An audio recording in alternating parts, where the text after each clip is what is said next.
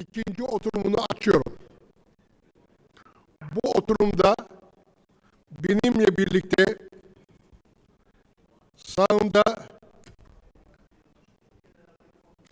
Özbekistan Milletvekili Sayın Rahşan Fazilov, Sayın Fazilov, onun yanında Tacikistan eski Dışişleri Bakanı Sayın Alimov, solumda Amerika Birleşik Devletleri FOFAL Barış ve Sevgi Federasyonu Başkanı Dr. Hong Taap Tze, onun yanında da Avusturya önceki savunma bakanlarından Sayın Werner Fasavent var.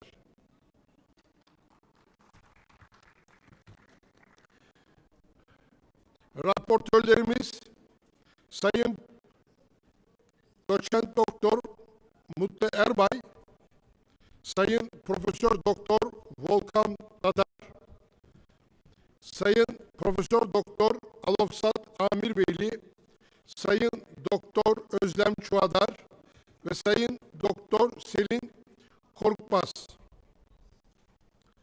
Temsil heyetimizde ise Sayın Turan Sarıgülle ve Sayın Ümran Köksüz bulunmaktadırlar. Gelmeyen varsa onun yerini lütfen tamamlayalım. Turan Hocam, siz yalnızsınız görüyorum. Sedefan Hocam, Turan Hocam'ın yanına geçer misiniz?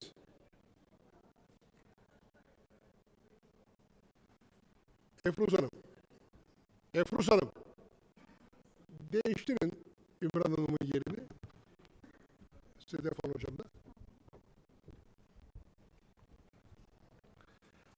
Bugünkü konumuz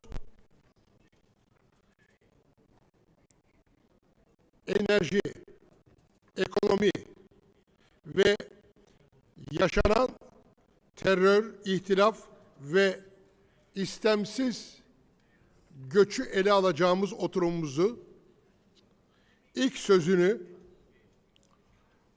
Kuzey Makedonya Enerji Bakanı Ekselansları Sanja Bozlovskaya veriyorum.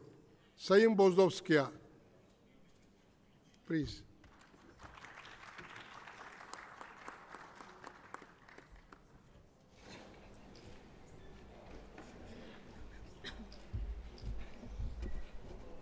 Distinguished President of the Marmara Group Foundation, Mr. Akan Suvar, Your Excellencies, ladies and gentlemen, dear friends, dear media.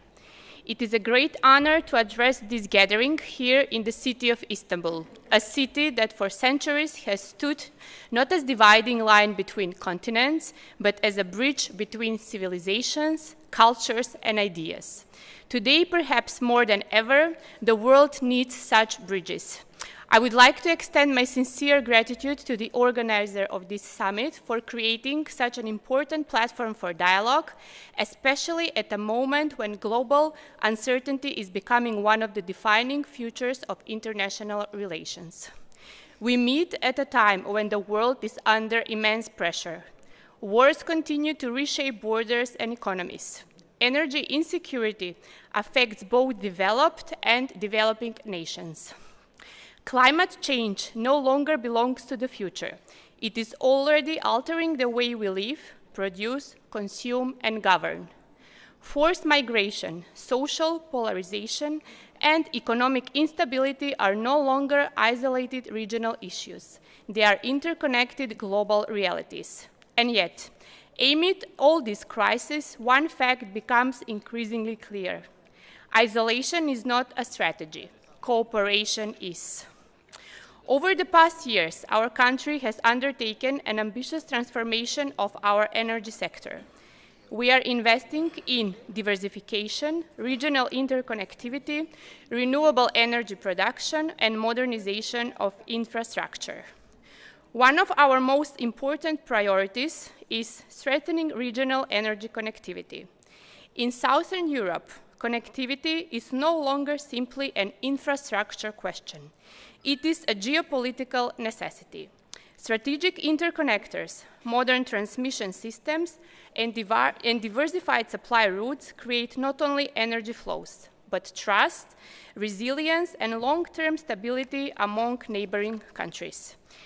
This is especially important in times when global energy markets remain volatile and politically exposed.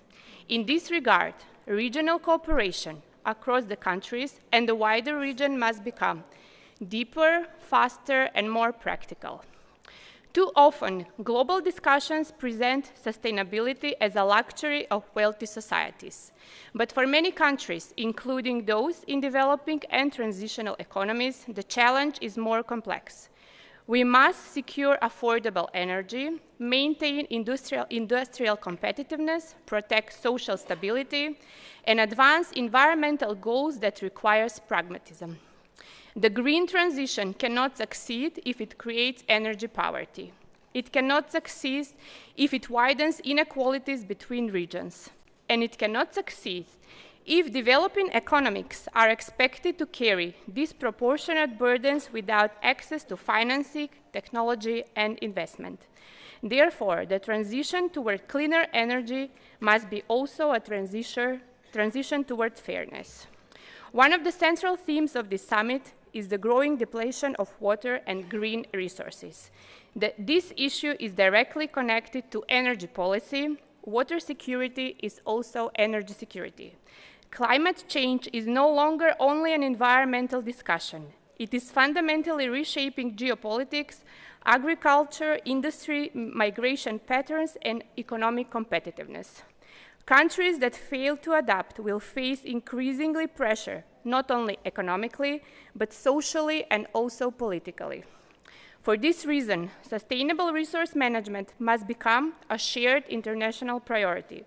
But sustainability is not achieved through declaration alone. It requires investment. It requires innovation.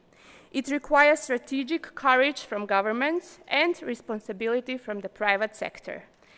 Above all, it requires long-term thinking. Smaller nations must not become passive observers of the global change. We must become active participants in shaping it. Europe itself stands at a crossroad. The values of cooperation, democratic resilience, economic openness, and solidarity are being tested by war and strategic competition. History has shown that Europe is strongest when it acts with unity and vision. A wider region can also play a constructive role in building new bridges of dialogue, trade, and stability, particularly at a time when confrontation increasingly dominates global discourse. In moments of uncertainty, leadership is often measured not by rhetoric, but the ability to maintain perspective. We should not allow crisis to define our future. Future generations will not judge us only by how we manage crisis. They will judge us by whether we had the vision and courage to prepare for what comes after them. And ultimately, despite our political differences, economic competition, and regional complexities, we all share the same responsibility: to leave behind a world that is more stable, more sustainable, more cooperative than the one we inherited. That responsibility belongs to all of us. Thank you very much. Thank you, Madam Minister. We have a small present to you.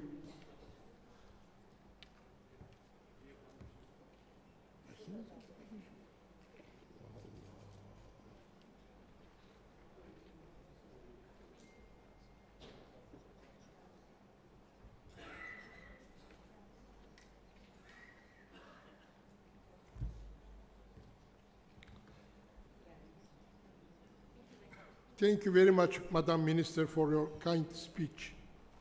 Şimdi Yunanistan önceki Dışişleri Bakanı ve Yunanistan Parlamentosu Milletvekili Sayın Dimitri Avramopoulos'u davet ediyorum. Excellence.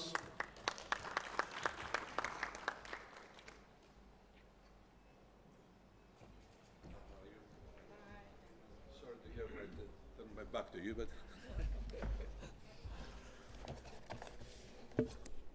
Good afternoon, Distinguished President, first of all, thank you very much for this invitation. I'm happy to be here with you. Ladies and gentlemen, I warmly greet you today. Believe me, it is an honor also for me to participate in this important Eurasian Economic Summit. The Marmara Group Foundation has become a very respected platform for regional dialogue.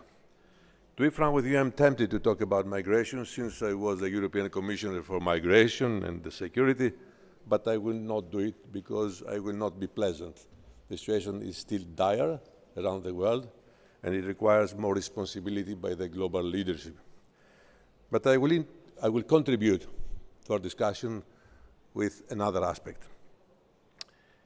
This forum, as you know, for decades has promoted peace, stability, cooperation and mutual understanding.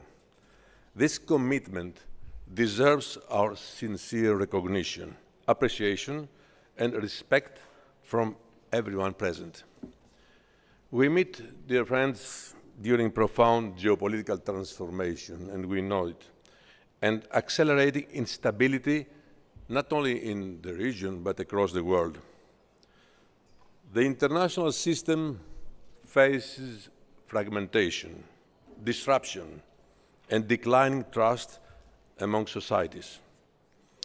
Ukraine and Gaza reveal the dangerous return of power politics today.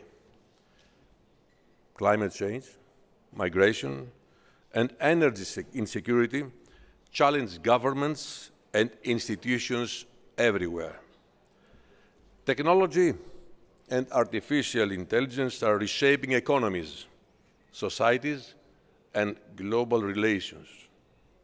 Eurasia is no longer only a simple geographical concept between continents.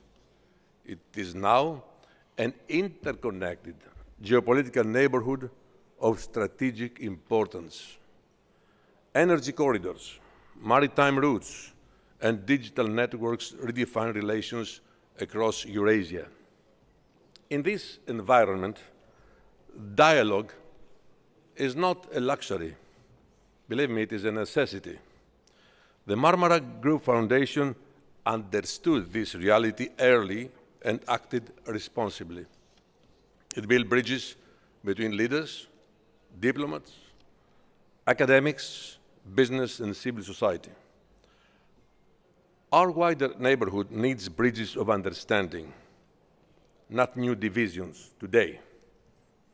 Greece and Turkey carry responsibilities extending beyond their bilateral relations alone. When our countries face tension, the wider region also feels consequences. When dialogue prevails, neighboring societies gain confidence, stability, and shared prospects. We may not always agree, which is normal, but we must always keep communicating. Diplomacy is not weakness. It is maturity that comes through history, responsibility, and strategic wisdom. Peace and stability never happen automatically through declarations or temporary balances. They require courage, continuity, and long-term strategic thinking from leaders. International law and territorial integrity cannot be selective principles of convenience. They must remain foundations of legitimacy, coexistence, and regional stability everywhere. Governments alone cannot manage today's complex crises and transformations in an effective way. In such an environment, dialogue is not longer, as I said, a diplomatic luxury. It becomes strategically important, particularly in our region. The Balkans, the Eastern Mediterranean, and Eurasia. Stability cannot emerge through confrontation, isolation, or political absolutism. It can only emerge through communication, cooperation, and basically upon mutual respect. This is why relations between our countries, Greece and Turkey, carry significance extending for going beyond the bilateral level. History has demonstrated that tensions between our countries destabilize the wider region. But history has also shown that dialogue and responsible leadership benefit all neighboring societies. As former European Commissioner and Minister of Defense and Foreign Affairs of my country, Greece, I learned that peace and stability never happen automatically. They require political vision and courage, institutional continuity, and long-term strategic thinking. This is especially important today when international law and multilateral institutions increasingly face pressure from unilateral geopolitical approaches.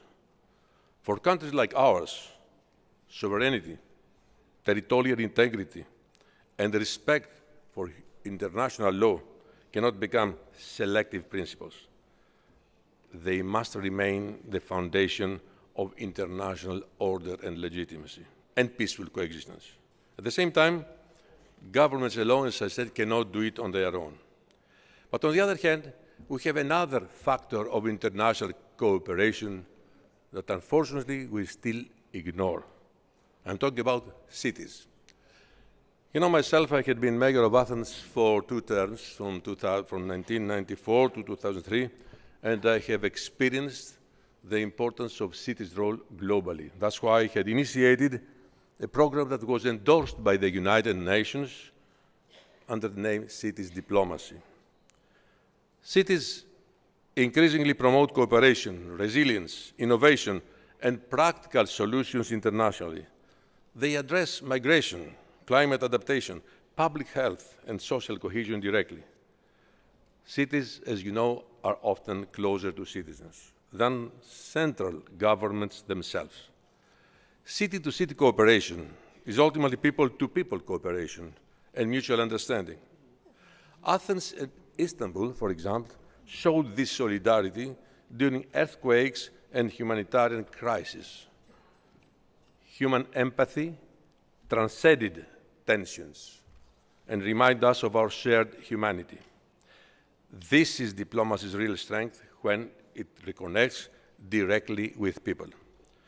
The United Nations, as I said, has supported this project, Cities Diplomacy, as an evolving reality. Local governance and urban resilience now strengthen broader regional stability substantially. Beyond governments, cities increasingly represent democratic legitimacy, civic participation, and direct human interaction. They are becoming laboratories of practical solutions and bridges of understanding between fragmented societies. I therefore, Mr. President, propose creating a Eurasian cities network through this summit. It could connect cities across Europe, the Balkans, and the Mediterranean. It could also include the Caucasus region, Central Asia, and wider Asia. Mayors, universities, innovation centers, and civil society could cooperate permanently. A Eurasian cities network could therefore strengthen trust, connectivity, better understanding between peoples, and cooperation throughout a rapidly changing geopolitical environment. At the same time, geopolitical developments and the new geography created by connectivity are gradually reshaping the Eurasian space itself. They could work on climate resilience, on digital governance and culture, on migration. Cities are at the center now of our life. I just remind you that 70% of the global population, they live in cities, and that's where they have to address the problems that our societies are confronted with. The future of diplomacy will increasingly belong not only to states, but also to networks connecting cities, academia, and societies. But this future requires leadership, characterized by vision, responsibility, and strategic maturity.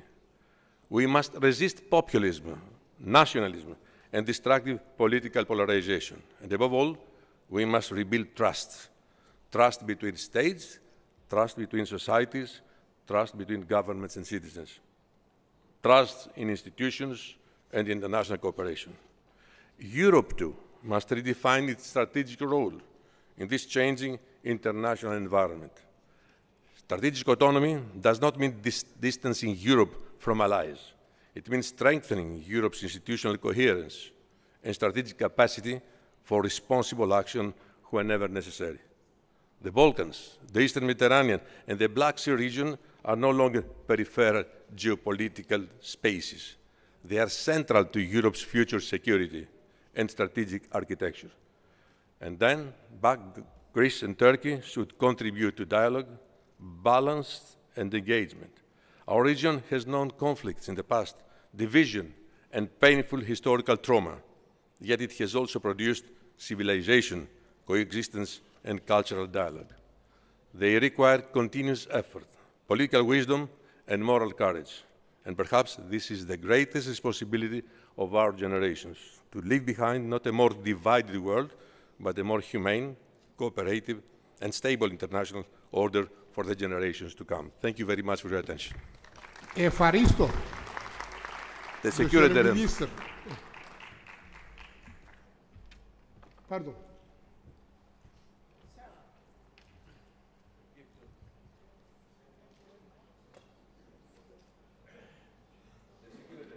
Bravo. Thank you so much. His Excellency Minister, also thank you for your new idea. Now I invite former Prime Minister of Croatia, Madam Jadranka Kosor.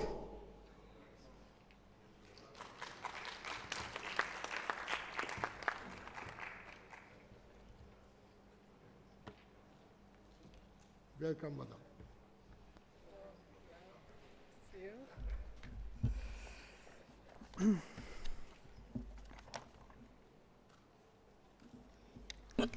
Dear Mr. President, distinguished guests, dear friends, I greet you warmly.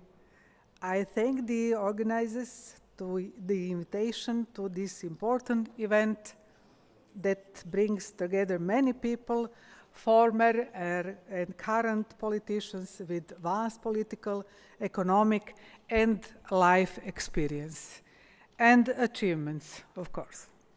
This is my first time participating in Marmara, and I hope that this is the beginning of a wonderful friendship, as they say in the world-famous film Casablanca. Although we come from different countries, although we speak different languages, although we belong to different cultures, although the histories of our peoples and our personal ones are so different, we are until by mutual respect and understanding. And I hope that we can still contribute to building a better world. There is less and less respect and understanding in politics, but also in so-called ordinary life, because many people, especially those in power, are not ready to listen to other people, to respect others and those who are different. Many are not ready to compromise. They are not ready to make fair agreements, and that is why the world is still burning in wars and uncertainty today. We live in difficult and uncertain times. Few can predict with certainty what the world map will look like in a year, let alone 10 years, especially in terms of energy and economics. And what kind of world will we establish and leave to our sons and daughters, our grandchildren, and whether they will have the resources left for a peaceful and dignified life. we are witnesses to the severe suffering of innocent people, women and children in wars that we see no end to. Human lives are irrepressible, and they are talked about too little when the world's powerful people are still negotiating ceasefire and end to wars, winners and losers. Because the losers are all the families of the dead and maimed, both on the side of those who lost the wars and on the side of those who declare themselves the winners of the war. There are no signs of real peace. So, the task of all of us is to help strengthen the idea of negotiations, agreements, and dialogue. Silent diplomacy should be strengthened as a powerful tool and weapon to silence deadly weapons. Here in Turkey, in beautiful Istanbul, I remember how, as the Prime Minister of Croatia, I built bridges of friendship with Prime Minister Erdogan. I remember my visit to Ankara in 2010, a bilateral meeting with the Prime Minister when we are negotiating bilateral cooperation in tourism and the economy. As part of that visit, I also met with about 30 Turkish potential investors in Croatia, in Istanbul, and those via truly fruitful conversation. Dear Mr. President, ladies and gentlemen, dear friends, in times of crisis, when we witness an uncertain energy future and when many battlefields are flaring up, it is important to come together around the idea of building bridges between people, states, and religions. History has taught us that it is easier to tear down than to build, as well as that we despise, destroy, and celebrate and praise builders. I am sure that our gathering under the auspices of Marmara is another great gathering of those of us who build bridges of understanding, and that we can still help with our experience today. Thank you for your attention, dear friends. Thank you so much, dear Prime Minister.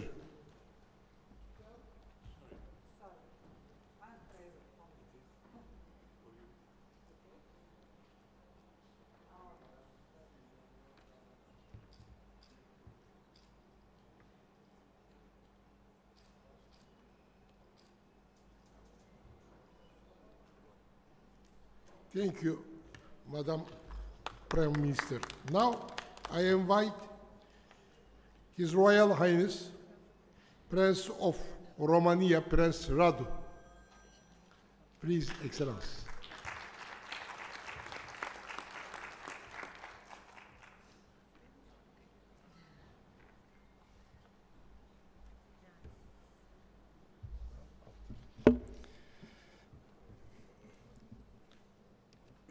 Mr. Chairman, distinguished members of the Marmara Group Foundation, ladies and gentlemen, I would like to extend my congratulations to the organizers of this year's Marmara Summit. The topics we are addressing, ranging from the European Union at a crossroad to the crisis of democracy, forced migration, military conflicts, regional security, and climate change are all vital for my country, Romania, as much as they are for all nations represented at this forum.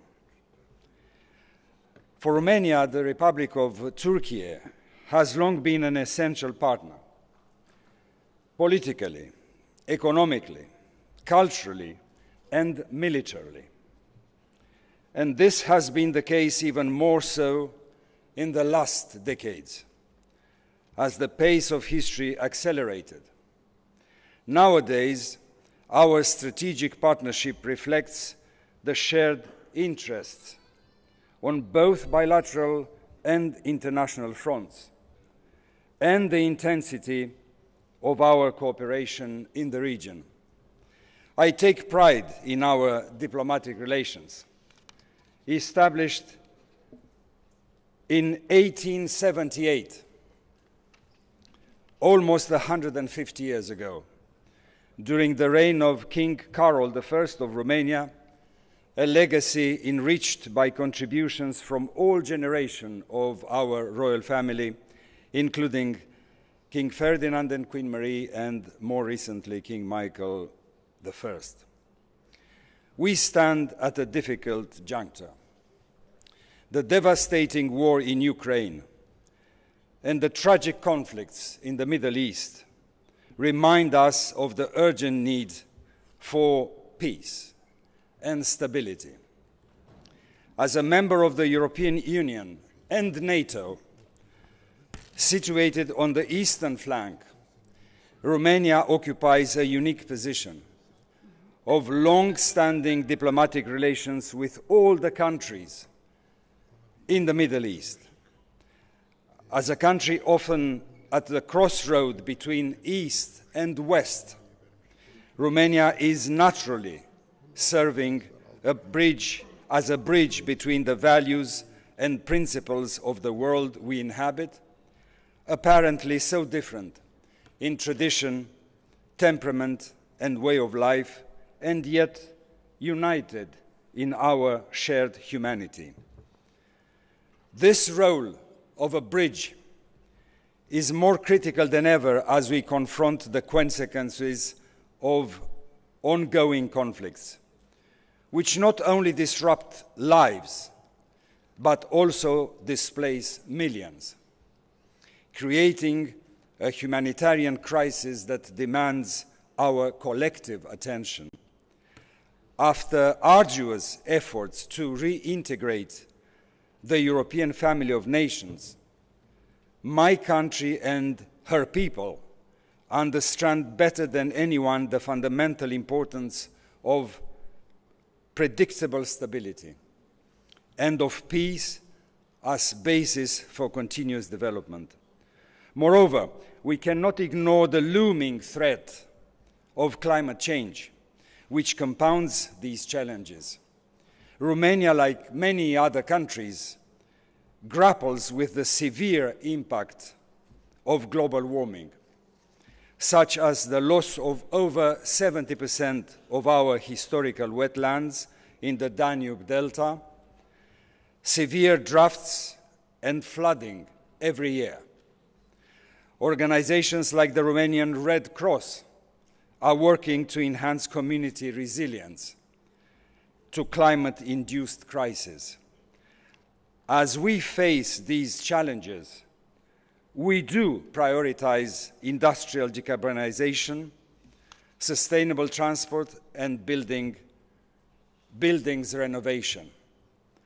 Our water resources, while significant, are increasingly vulnerable to climate extremes, and air quality remains in Romania a pressing issue in urban areas due to pollution.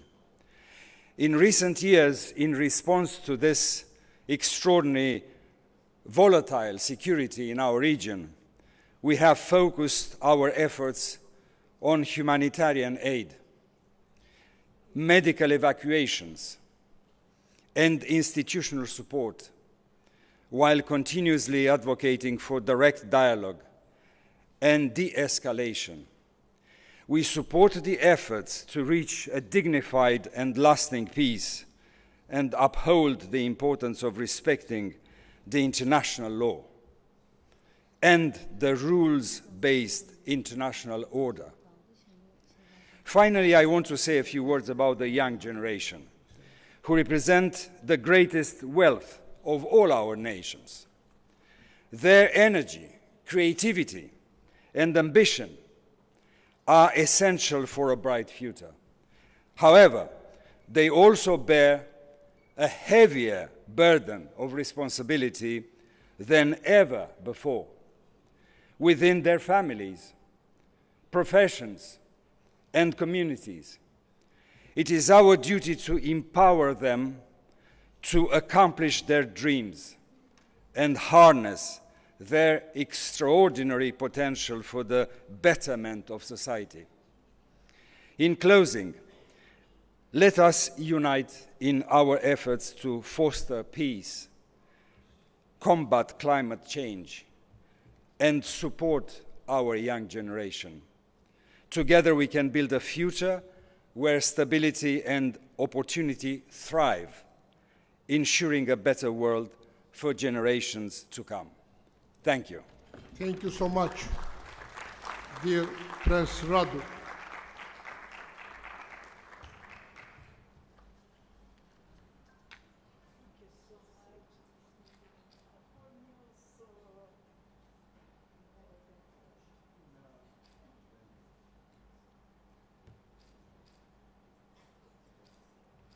Thank you. Now I invite Mr. Hong Tao Tze from the Football Federation. Please, Dr. Hong.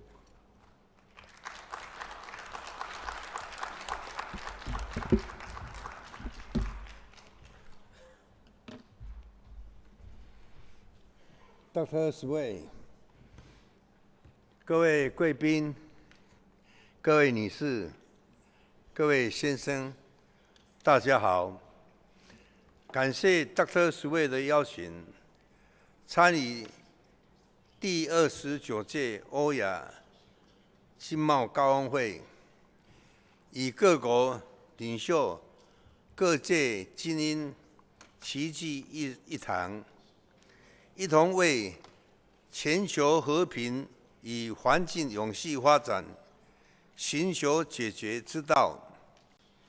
我们的世界面临日益严苛的挑战，气候异常造成生物灭亡的危机，因利益而起的区域战火与纷争，都让日渐减少的生存资粮，成为地缘关系紧张的潜在因素。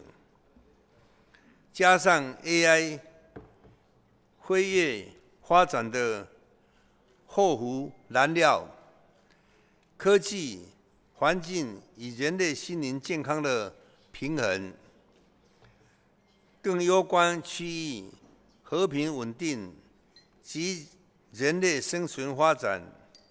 现在，世界比以往任何时刻都更需要良心，以良心为本，行事决策透明，待人处事诚信，以此基础建立世界和平永续的基础。当环境愈加恶化，人心愈要保有安定与平衡。平静安定的心，能够正确的分辨是非真假，敏锐的感受力与细微的观察力，能在危机尚未发展前防范于未然。新的安定带来很久的喜悦与幸福，不再一味追求利益与公平，减少环境消耗，珍惜现有的资源，在此根基上，全人类相互包容与理解，团结合作，必可转当前危机，迎来生机，促进经贸发展与全民福祉。世界挚爱和平总会自2000年以来，透过各种方式推动爱与和平。自2018年开始，与各国驻联合国大使馆合作，促成2019年联合国通过国际良心日，及2025年通过国际希望日。从2024年开始，本人提倡透明与诚信宣言，并在今年4月的联合国周边会议上，与联合国大使和 NGO 代表共同商议透明与诚信决议文，希望尽快促成联合国大会通过透明与诚信国际日。透明与诚信是扭转当今全球危机的解方。透明避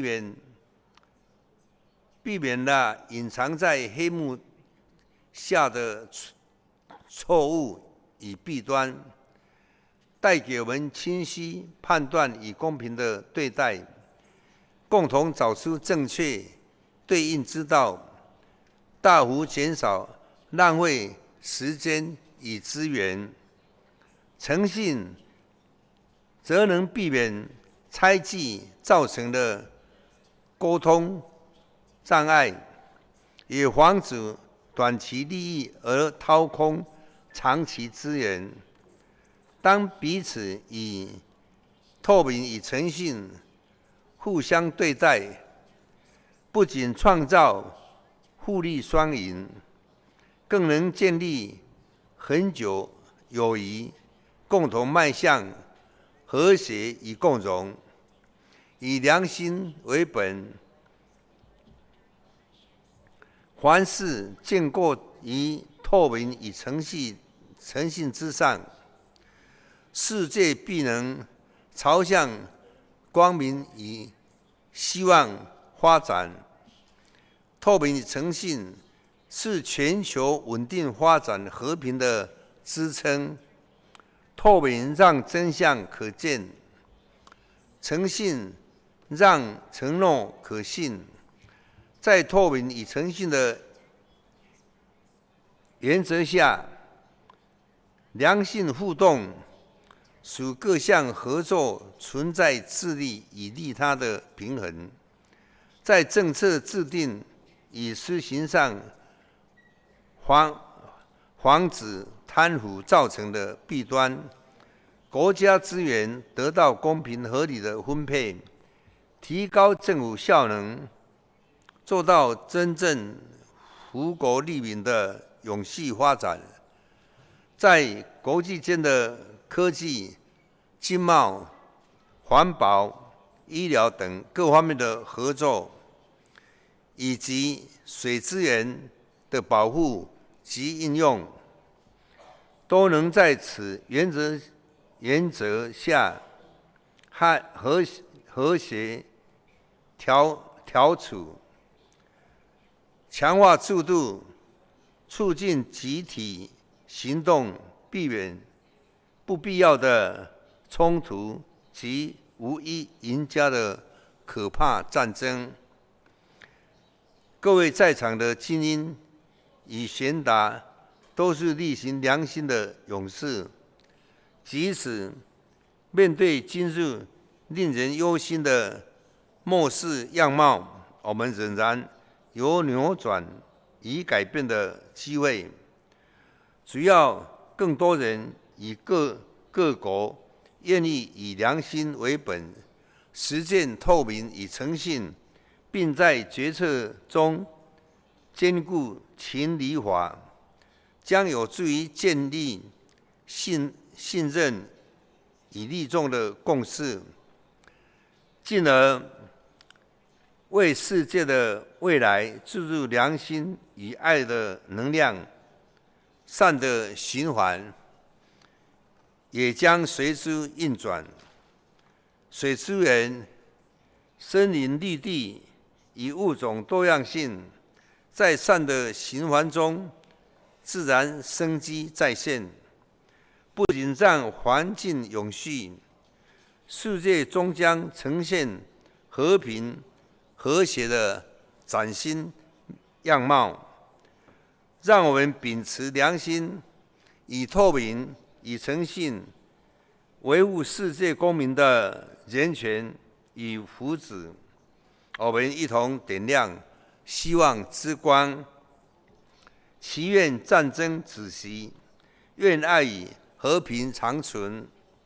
祝福各国风调雨顺，祝福各位幸福平安，祝福大会圆满成功。良心领航，点亮希望，透明诚信，团结共荣。谢谢大家 ，Thank you, Thank you all.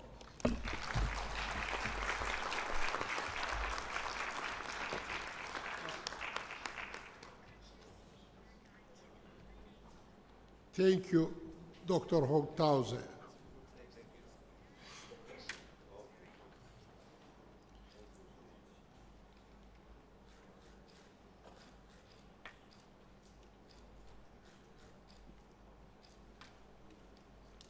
Thank you, Mr. Hogtauze. Now I invite from Uzbekistan our friend Mr. Eldor Tulyakov. Sayın Eldor Tulyakov, Özbekistan temsilcisi. Assalamu alaikum. Good afternoon, ladies and gentlemen, distinguished excellencies, honorable president of Marmara Group Foundation, esteemed ministers, parliamentarians, ladies and gentlemen. It's a pleasure to take part in this 29th Eurasian Economic Summit in Istanbul. It has always been a pleasure to be part of this wonderfully organized event, and that's why I would like to thank Dr. Hakan Suver and his team for organizing this gathering. The theme of today's session, Energy and Economy in a World Affected by War, Conflict, Terrorism and forced migration, is highly relevant. We believe it reflects the reality that economic development today cannot be considered in isolation from security, energy stability, climate responsibility, demographic change, and regional cooperation. The international environment has become more complex. Conflicts continue to disrupt supply chains and trade routes. Energy markets remain exposed to geopolitical risks. Climate pressures are increasing. Migration flows are affecting labor markets and, unfortunately, social systems also. At the same time, technological change is reshaping competitiveness, governance, and public administration. For many countries, including Uzbekistan, the central policy question is how to build institutions, economies, and societies that can adapt to uncertainty while maintaining long-term development priorities. In recent years, Uzbekistan has been implementing a broad reform agenda. The country has moved towards a more open, reform-oriented, and outward-looking model of development. This process includes economic liberalization, public administration reform, the rule of law, digitalization, the energy transition, environmental policy, and stronger mechanisms for dialogue with citizens. The key strategic framework for these reforms is the Uzbekistan 2030 strategy, initially adopted in 2023, and to, of course, take into consideration new realities that has changed the world. It was updated very recently in the beginning of 2026. It's a governance instrument that links national priorities with measurable indicators, responsible institutions, and monitoring mechanisms. The strategy is based on a practical goal and logic. Goal, action, result. It defines where the country aims to be by 2030. Which institutions are responsible for what? how progress will be measured and how reforms will be monitored. During today's speeches, several speakers also mentioned about the involvement of civil society institutions. This approach is especially important today. In an uncertain international environment, development policy requires not only ambitious objectives, but also implementation capacity, institutional coordination, and very importantly, accountability. In this regard, I would like to highlight 5 policy foundations that are relevant for Uzbekistan and I believe for many other countries also. First, institutional resilience. Effective reforms, of course, depend on effective institutions. Modern governance requires coordination between ministries and regions, evidence-based policymaking, professional civil service capacity, and regular monitoring of implementation. The updated Uzbekistan 2030 strategy gives institutional responsibility a concrete meaning. Achieving performance indicators is defined as a priority task for ministries, agencies, and local executive authorities. Responsibility for results is linked to institutional performance. Second, economic resilience. The global situation has shown that economic security is no longer measured only by growth rates. It also depends on diversification, energy security, transport connectivity, industrial capacity, fiscal sustainability, human capital, and the integration into regional and global value chains.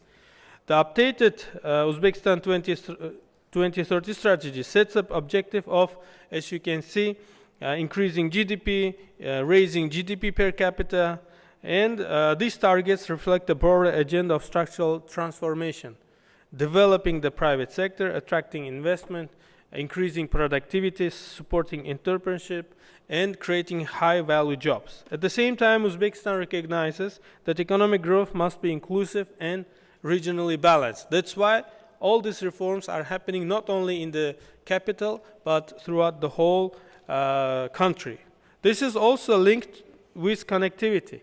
Uzbekistan is located at the center of Central Asia, a region that is becoming increasingly important for trade and transport within Europe, Asia, South Caucasus, the Middle East, South Asia, and East Asia.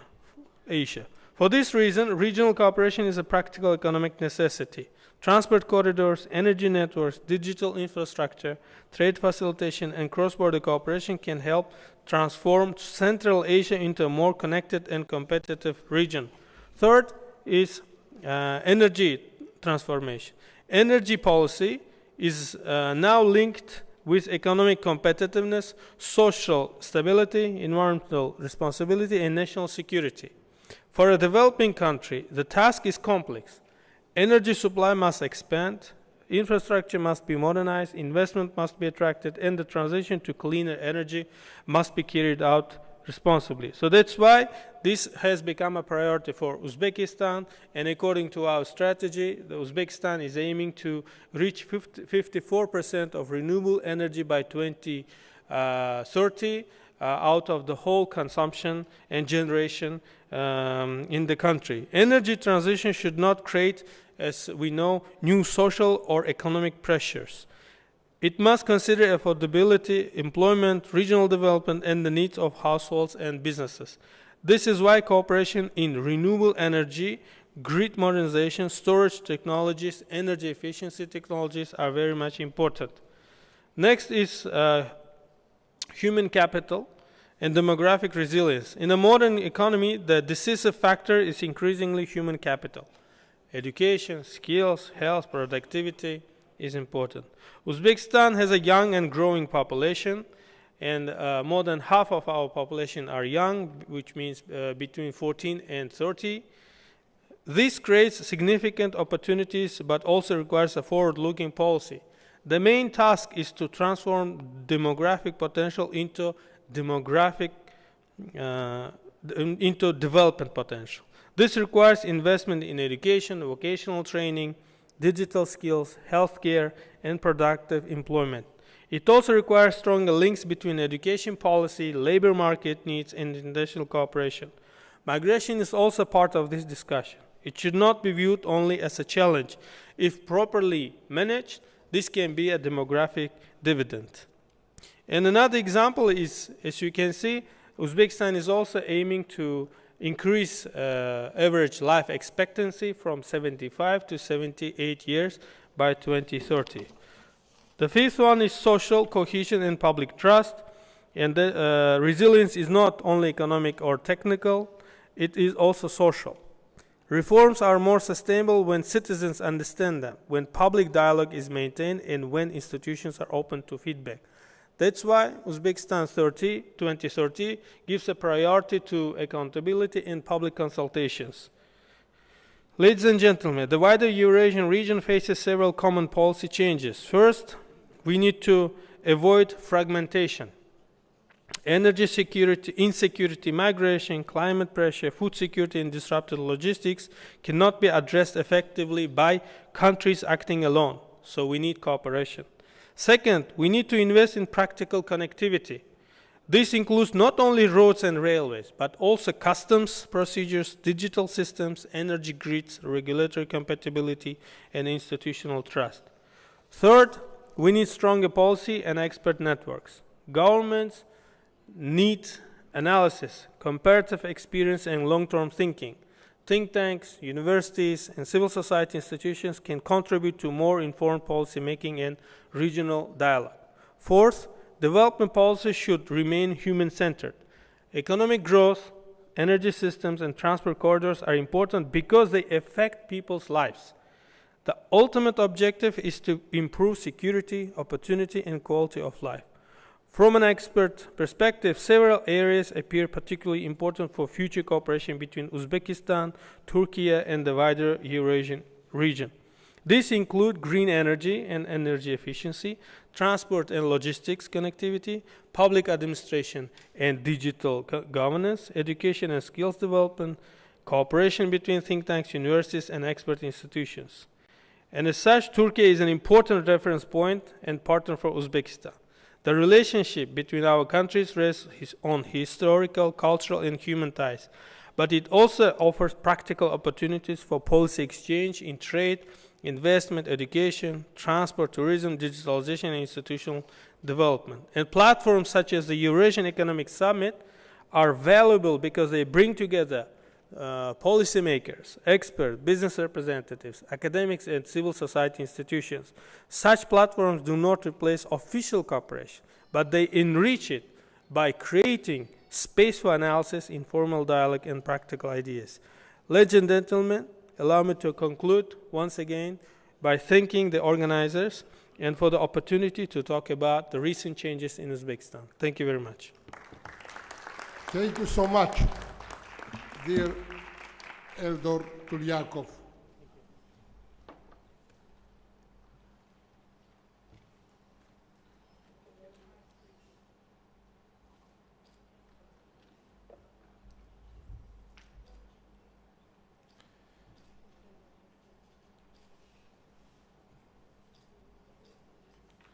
Dear friend, please keep your speech for 5 minutes. Thank you for your understanding. Thank you. Now I invite His Excellency Mirsad Nurkovic, Vice President of the Parliament of Montenegro. Now we felicitate 28th anniversary of the Republic of Montenegro. Montenegro devleti bu yıl 20. bağımsızlık yılını kutlamaktadır. Sayın Mirsad Nurkovic'in şahsında Montenegro'yu tebrik ediyoruz. Thank you. Thank you, dear Dr. Akan Suver, Your Excellency, ladies and gentlemen, dear colleagues, good day. Now I will speak my language.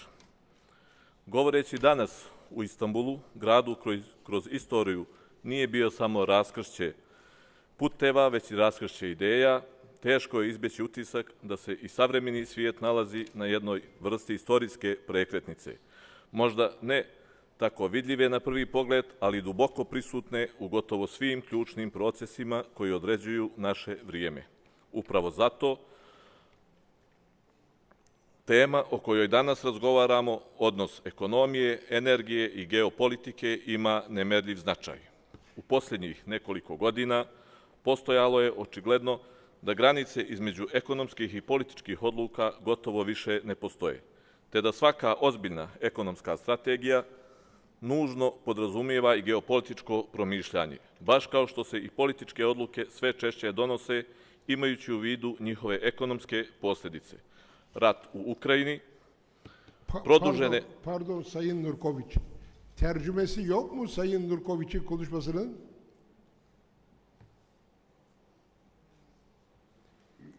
You have the translation? No translate. Okay. Okay. Rat u Ukrajini i produžene nestabilnosti na Bliskom istoku, kao i sve izraženija borba za kontrolu nad energetskim resursima i transportnim pravcima, dodatno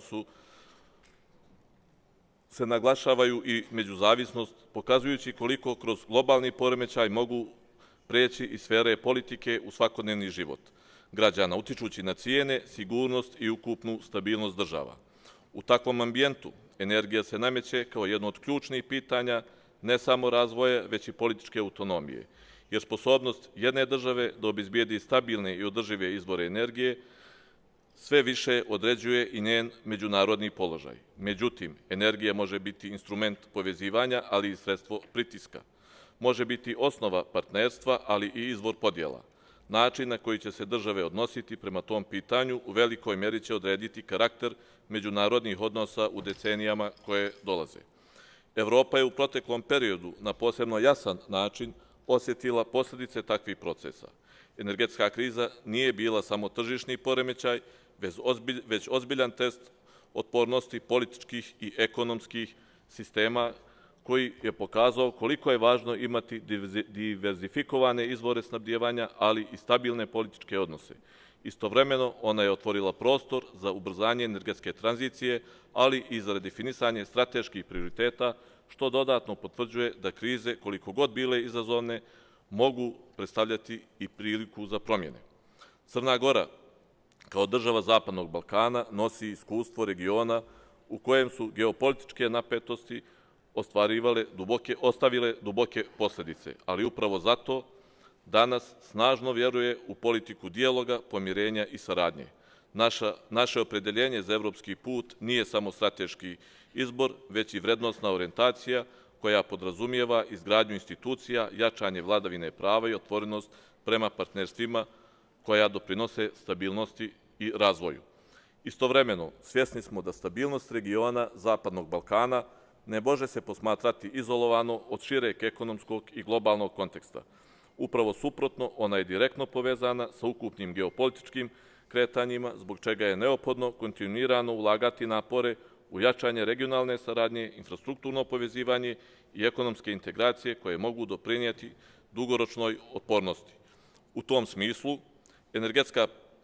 energetika predstavlja jednu od ključnih oblasti u kojoj je moguće ostvariti konkretne pomake. Razvoj zajedničkih projekata, unapređenje energetske infrastrukture i razmjena znanja mogu doprinijeti ne samo sigurnijem snabdijevanju, već i jačanju međusobnog poverenja, što često i važnije od samih ekonomskih benefita.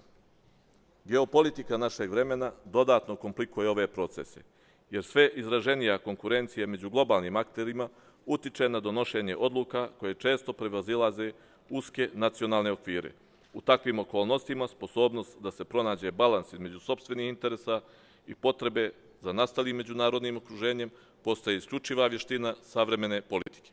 Zato danas, možda više nego ikada, dolazi do izražaja značaj odgovornog liderstva koje razumije kompleksnost savremenog svijeta i koje je spremno da donosi odluke koje nisu uvijek politički najlakše, ali su dugoročno najispravnije. Upravo u tome vidim suštinu foruma poput ovoga. Oni predstavljaju rijetku priliku da se izvan svakodnevnih političkih pritisaka razgovara otvoreno, razmatrajući ideje i traže rješenja koja mogu imati konkretan uticaj na globalne tokove. Na samom kraju želim naglasiti da izazovi sa kojima se suočavamo nisu prolazni niti izolovani, oni zahtijevaju kontinuiran angažman, političku odgovornost i spremnost da se prihvati činjenica da stabilnost nije stanje koje se jednom dostigne, već je proces koji se stalno i iznova gradi. Crna Gora želi da bude dio takvog pristupa koji ne produbljuje podele, već traži zajedničke osnove, koji ne reaguje samo na krize, već doprinosi njihovom prevazilaženju. Uvjeren sam da će i ovaj forum doprinijeti upravo takvom razumijevanju, otvoriti prostor za konkretne korake ka energetskoj i političkoj stabilnosti u svijetu. Thank you for attention.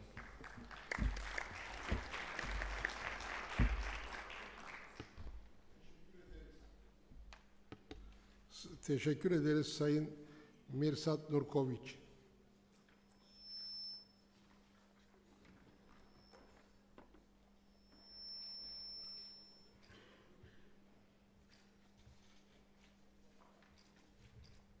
Şimdi Hırvatistan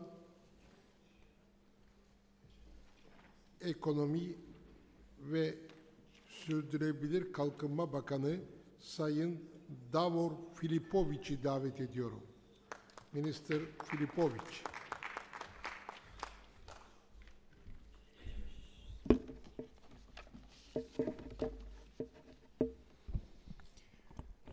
Your Excellencies, distinguished guests, dear friends, dear Dr. Suver, ladies and gentlemen, it's a great honor to be here in Istanbul at 29th Eurasian Economic Summit. Last year, I had the privilege to speak in this summit, and I spoke, among other things, about social mobility. I argued that democracy cannot survive only as a procedure, only as elections, or only as institutions written on paper. Democracy must provide perspective. It must provide hope. It must allow people to believe that through education, hard work, responsibility, and talent, they can climb the social and economic ladder. Today, I would like to continue that thought from another angle. If democracy needs to provide hope, then one of the greatest dangers to democracy is the concentration of power that destroys the hope. We live in the time when power is concentrating at the speed and scale we've never seen before. Economic and technological power, control over data, control over infrastructure and information, and sometimes even control over truth itself, all of this is moving into the hands of fewer and fewer actors. In the past, we understood power mainly through territory, natural resources, armies, through energy routes and financial capital. Today, power is also held by those who own algorithms, the data, the platforms, the critical chips, and the AI systems that increasingly shape our economies and our daily lives. This is not an argument against the technology. On the contrary, technology can improve vast segments of our lives. But technology is never neutral if the benefits are private and consequences are social. If innovation creates enormous wealth for few, but insecurity for many, then we are not only facing an economic problem, we are facing a democratic problem. The International Monetary Fund has warned that artificial intelligence will affect almost 40% of jobs around the world. In advanced economies, the exposure is even higher. Some jobs will be improved, some jobs will be transformed, but some jobs may disappear. In that context, the question is not only what will people live from. The deeper question is, what will people live for? Work is not only an income. Work is dignity, work is routine, identity, contribution, social recognition, and feeling that one has a useful role in the community. When people lose work, they do not lose only a salary, they can lose their place in the society. And when large groups of people feel that they are no longer needed, democracy becomes fragile because democracy is not sustained by passive consumers.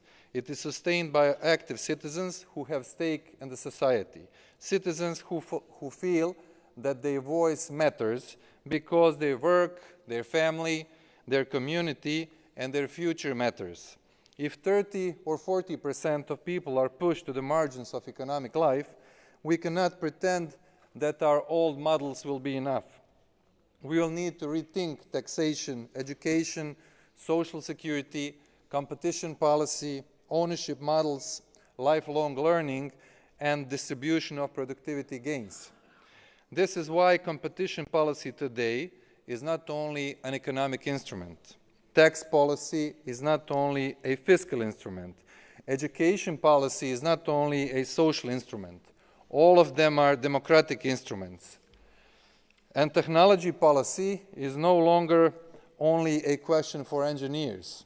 It is a question for parliaments, governments, universities, entrepreneurs, workers, and citizens. Europe has started to respond. The EU's AI Act is an important step because it recognizes that innovation must be connected with responsibility, transparency, and fundamental rights. But regulation alone cannot be enough. We need broader social compact for the age of artificial intelligence. Such compact should be based on several principles. First, technology must serve human dignity, not replace it. Second, productivity gains must be shared more fairly between capital, workers, and society. Third, every citizen must have access to lifelong learning because education can no longer end at the age of 18, 22, or 25. Fourth, we must protect the role of work, contribution, and belonging in the society, even as the definition of work changes. And fifth, democratic states must preserve strategic capacity in critical infrastructure: energy, water, food, data, cloud, cybersecurity, and AI. The Republic of Croatia is a good example of developing and preserving strategic capacity when it comes to energy infrastructure. After installing LNG terminal in 2021, we doubled the capacity of our LNG terminal and expanded our pipeline network in order to supply our neighboring countries with gas and to become an energy hub. I personally participated in those projects. A couple of days ago, a new project has started, building South Interconnection gas pipeline to Bosnia and Herzegovina, a project that will help our friendly and neighboring country to diversify its gas supply sources. As well, after entering Schengen zone and entering Eurozone, and after increasing our credit rating to the level A, according to all three major credit rating agencies, there is a major interest in investments in Croatia, especially in data centers lately. This summit rightly speaks about water, greenery, peace, migration, and democracy. These issues are interconnected. A world without water and greenery is not only an ecological crisis, it's a social crisis. A world where technology is controlled by few is not only an innovation challenge, it is a democratic crisis. In both cases, the central question is the same. Will the future be shared or will it be captured? Ladies and gentlemen, democracy was never only about limiting the power of the state. It was also about preventing any form of power from becoming so dominant that citizens lose their freedom, their dignity, and their voice. In the 20th century, we built institutions to balance political power. In the 21st century, we must also build institutions to balance technological and economic power. If we fail, we may create societies that are rich in technology but poor in trust, rich in data but poor in wisdom, rich in productivity but poor in dignity. But if we succeed, we can use this technological revolution to renew democracy, not weaken it. We can create economies that are innovative and inclusive. We can create societies where people are not left behind, but lifted up. We can create a future in which progress belongs not only to the few who own the technology, but to the many who make society possible. That is our responsibility, and that is also our responsibility. Thank you very much.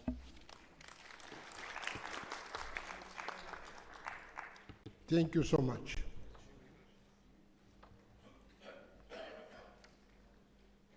Sayın Davor Filipoviç'e teşekkür ediyoruz. Şimdi söz sırası yeniden Romanya'da Marius Eugen Opran, Romanya Uzay Ajansı 2. Başkanı. Yes, please. His Excellency Marius Eugen Opran, President, Vice President of the Romanian Space Agency.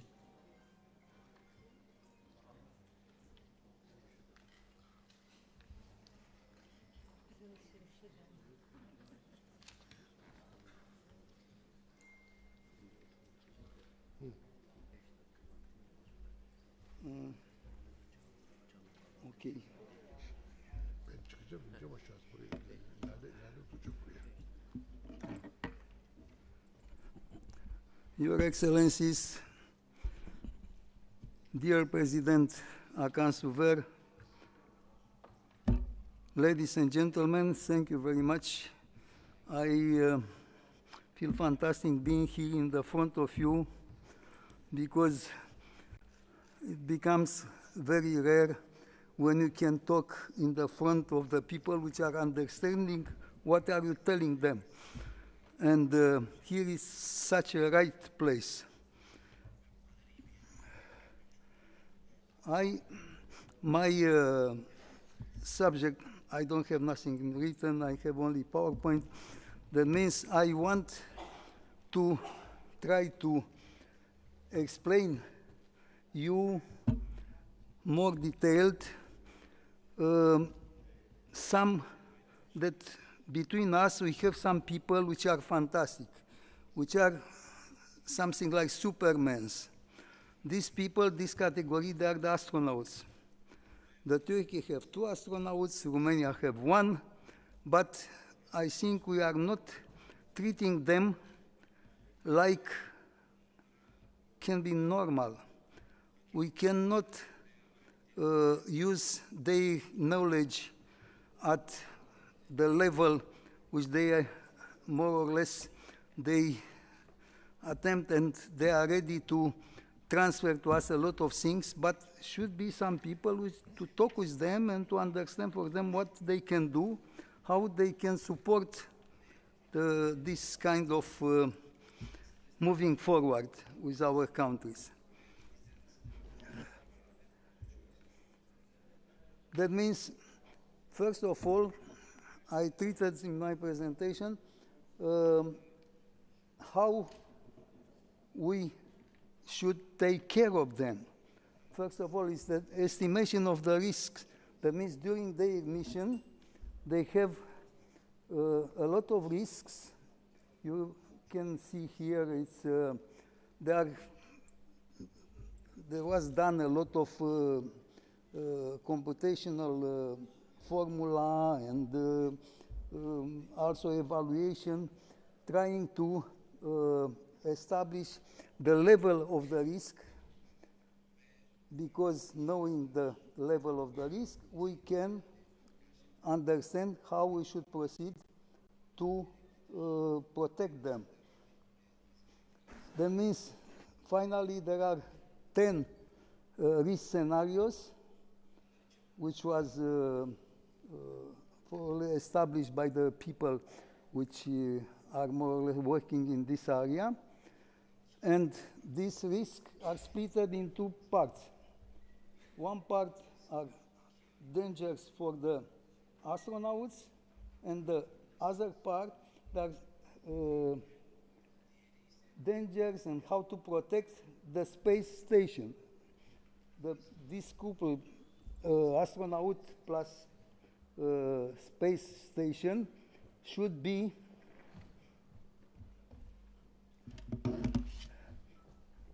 a binom which should work together permanently and in perfect knowledge of what they should do together.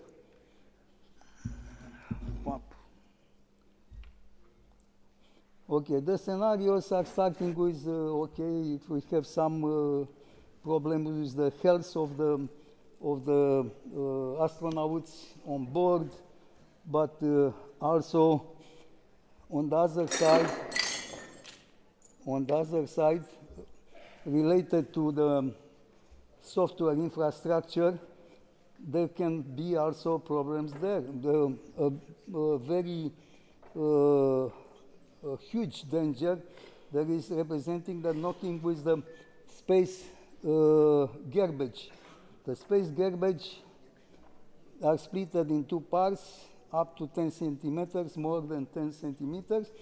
Totally, there are 10 different risks, and each evaluation regarding the protection of both station and hardware and astronauts should be done. That means we have also there are some dangers and which are coming from the human side, from the enemies of the nationality of the astronaut and so on. And they are trying many times to do something wrong against this experiment. Also, we have the spatial weather, which is very important and can represent high risk, and also the garbage, the space garbage. The space garbage, I told you, it's split in two categories, up to 10 centimeters, more than 10 centimeters.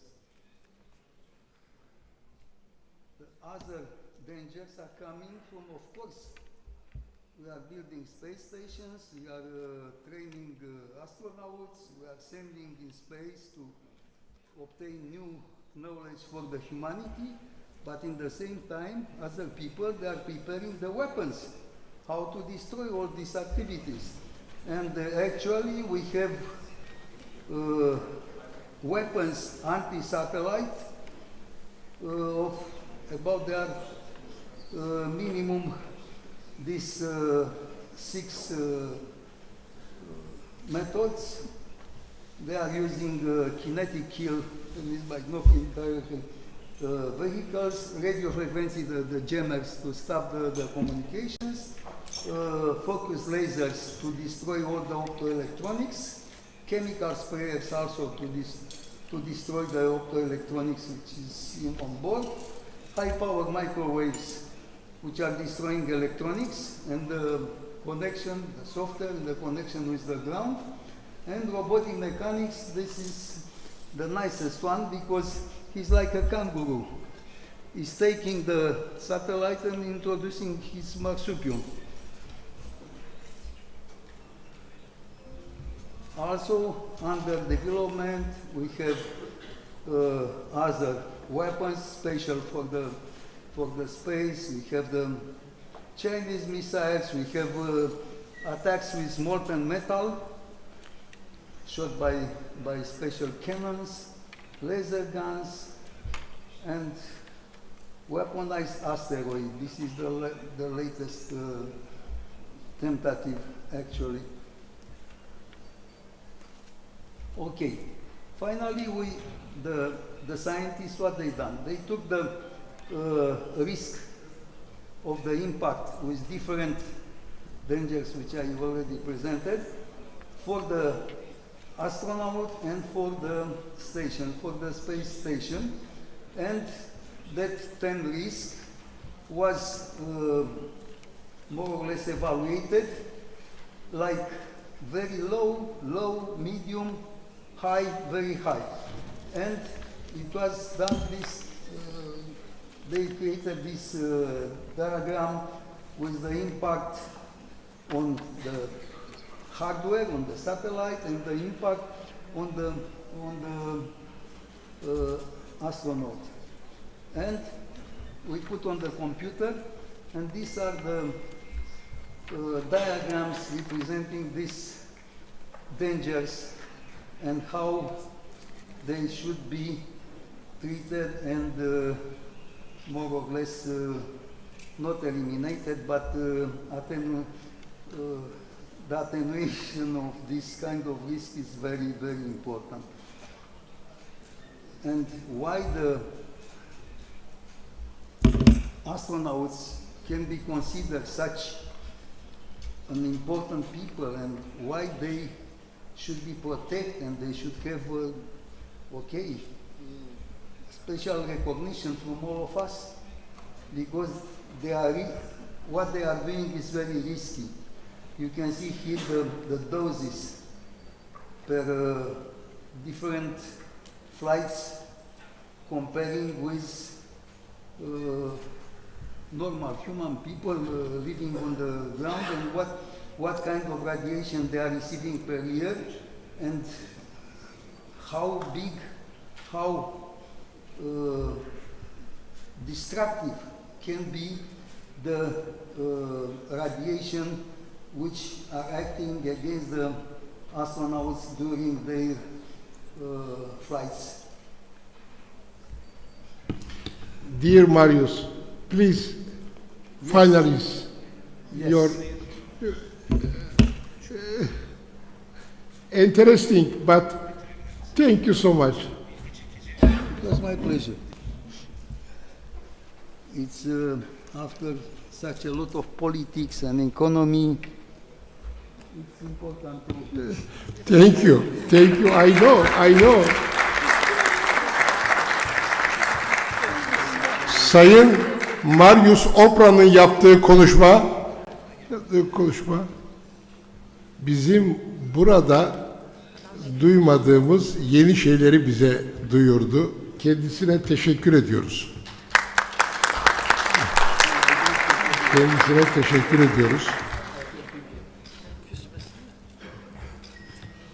Thank you so much, dear Marius Opran, for your interesting speech.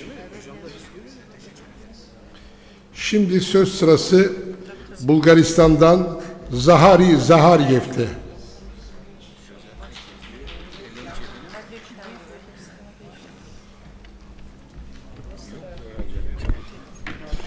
President of the Slavyani Foundation from Bulgaria, Honorable Zahari Zaharyev.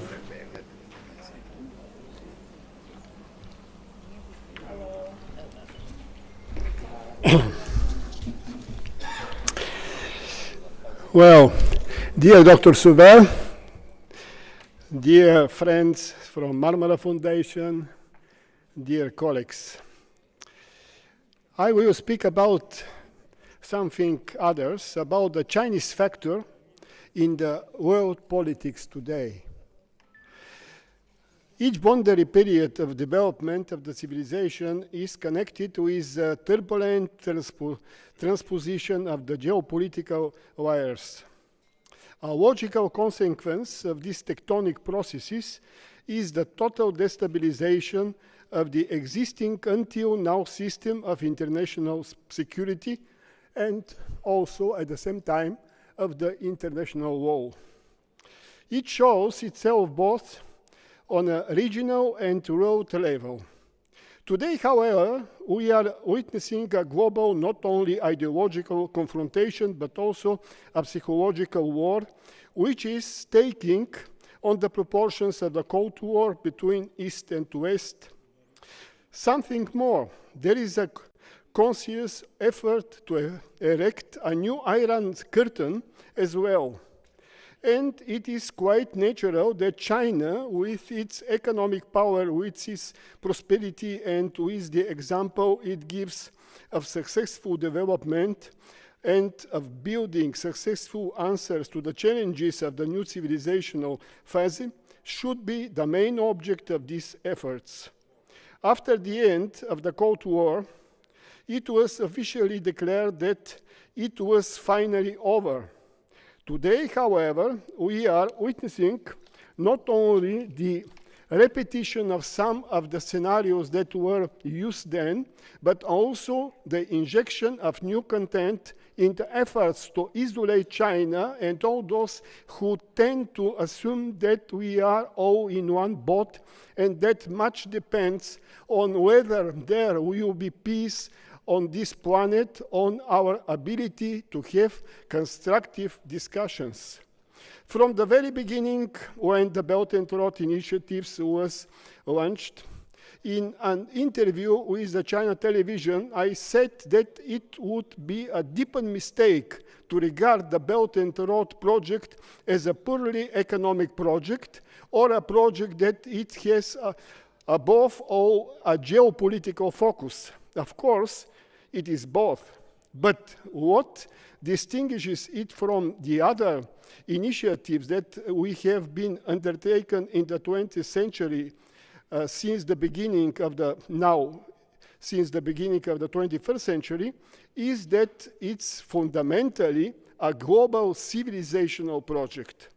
Over the past 13-14 years, the One Belt, One Road initiative achieved and embodied its meaningful image. Many mechanisms were successfully triggered, particularly in the area of trade, transport, infrastructure, and large promising investment projects in different countries.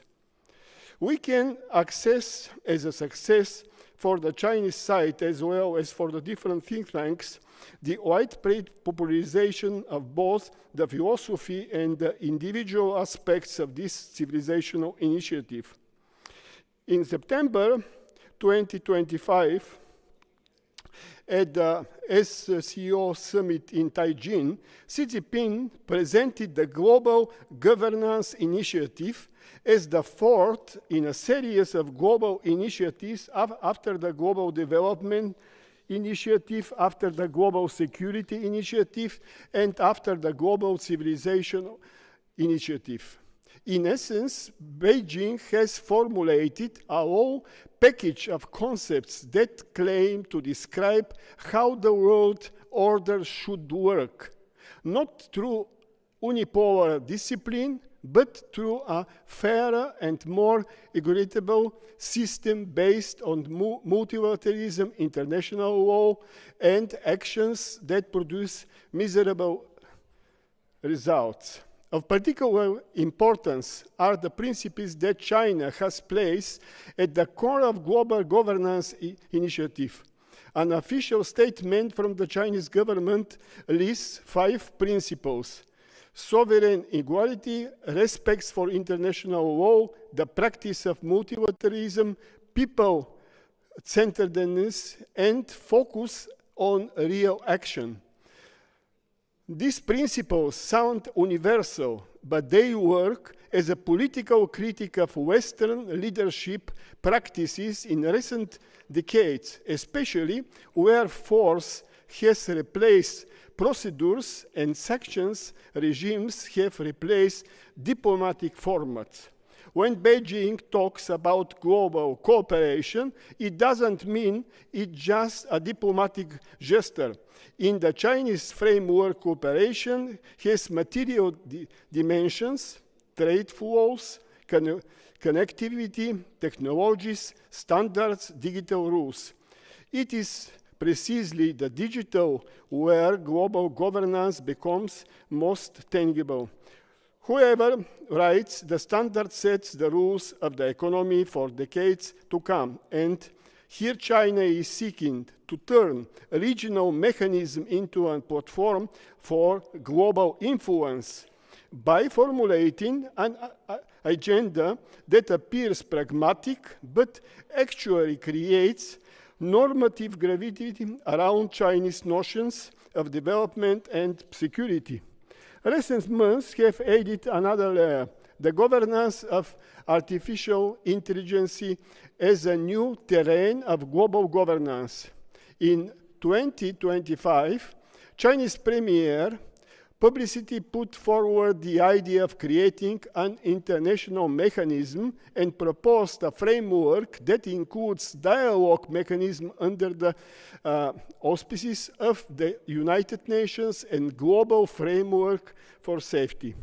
Regardless of the different interpretation of this initiative, the fact that it is being announced at an international forum and linked to the United Nations shows how Beijing understands global cooperation as creating structures and rules that limit technological monopolies and distribute the benefits, but also as an opportunity for China to be a co-author of global regulations. At the same time, we should be sincere in nothing that the capabilities of the non-governmental sector and the civil society in Europe and other regions are not used to their full capabilities. In our view, the need to create a broad international public forum or movement to support the civilizational aspects of the project has objectively ripened. Particular attention is paid to the problems of the peace, equality, security in the regional and global context of the One Belt, One Road project philosophy. There are hundreds of civic initiatives in this direction, especially in Europe and America. Yes, I see, and I cut it many things, and it will be to the end now. This is precisely why the voice of the people is needed. This is why the voice of a society is needed. This is why we need to rethink the idea of civil society, of civil democracy. But this is why it is increasingly urgent to affirm in the public space the need for a new social contract. Because the world we are entering and in which we have already entered requires new relationships and a new social contract. This means rethinking many classical statements related to the relations between society and the structures for managing this society, between the social organism and the public interest, and the state and its role and peace in a human development. And now I'm coming now to the end, because I cut it many things. But the order that should also not be forgotten is that to a large extent, Chinese policy, despite all the psychological warfare efforts being waged against by the West, the vast majority of the public in these countries, I am speaking especially for Europe, is in favor of reasonable constructive dialogue and all-round development relations with China. An interesting paradox occurs here. Despite the efforts of imperial circles, above all in Washington and largely subservient in their policy by the political elites of many Western European countries, we also have a countervailing line of behavior and confrontation, which this policy on the part of the business of those who move the wheel of economic development of their countries. And a concrete example of this is the deep division that occurs of these societies between political elites and economic interests. Please, here, Mr. Zahariev. Yes, this is the end. Sorry. Yes, here I want to draw attention to the fact that this confrontation between economic interests and the strategy of military political opposition on the part of the West towards China leads to deep cracks in the socio-political stability of these countries.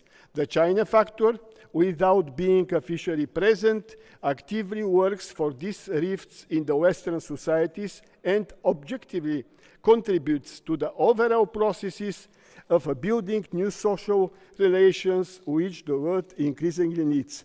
On that basis, I want just to inform you that we, together with Dr. Suver, are planning one big international conference in the second half of October this year about the relationship between Europe and China.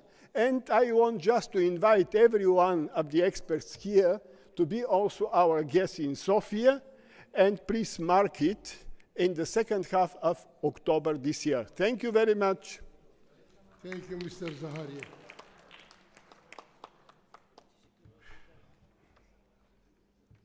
Now,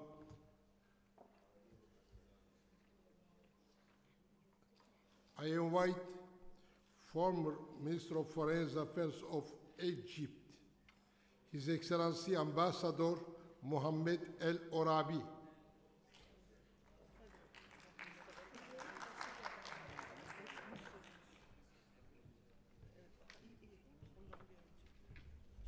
Good afternoon. I will try to limit myself to less than 5 minutes. Okay, thank Mr. you. Chairman. Thank you, Excellency. Okay. In fact, we are sailing in a turbulent sea, and I think we should detect the new parameters which are prevailing now in the world. I think we should consider that there is no ultimate victory and there is no complete defeat. Also, the situation in the world now is transboundaries, which I mean that, you know, the, let us say, disease, climate change, even weapons, everything is crossing the borders, so there is no boundaries will protect you from the effect of everything. Also, the lack of leadership in the world. I think this is also part of the problem which we are facing now in the new reality. The mitigation of the role of the UN, I guess the Security Council even is the first, I would say, mandate for the Security Council is to preserve peace and security in the world. And I think some members of the Security Council, of the permanent members of the Security Council, they are responsible for the disturbance which we are facing now in the world. Even the climate change, some of them, they are also responsible for it. So the international, I would say, disorder which we are facing, I think it is a great challenge. Now in our region, in the Middle East, I think we are facing also different problems. Water and energy, they are the most important issues now in our region. And in the meantime, I think the maritime straits and the trade corridors, they are so important in any strategy in the near future. So we are facing a new world disorder, but in the meantime, I think we have to stick to the international law and try to make the UN strong again in order to protect the interests of different countries. Thank you very much. Thank you, His Excellency Orabi. Oh, thank you so much. Şimdi önceki Kamu Bakanı olan Kosova'nın Sayın Mahir Yağcılar Beyefendi'yi davet ediyorum. Mahir Yağcılar Bey, Marmara Grubu Vakfı Onur Madalyası sahibidir. Sayın Yağcılar, sizin de hoşgörünüze sığınarak ve başka bir şey söylemiyorum. Teşekkürler. Çok sağ olun. Öncelikle herkesi, tüm katılımcıları selamlamak istiyorum. Konuşmamda Avrupa Birliği sınavı üzerine ya ilk bölümünü atlayacağım, ikinci bölüme geçeceğim hemen konuşmaya. Zaman açısından, evet gönderdik. Zaman açısından dolayısıyla ikinci bölüme geçmek amacıyla hemen şunu demek istiyorum ki evet Avrupa Birliği tekrardan karar alma mekanizmalarını geliştirilmeli, hızlandırılmalı ve iyi işlevleştirilmelidir.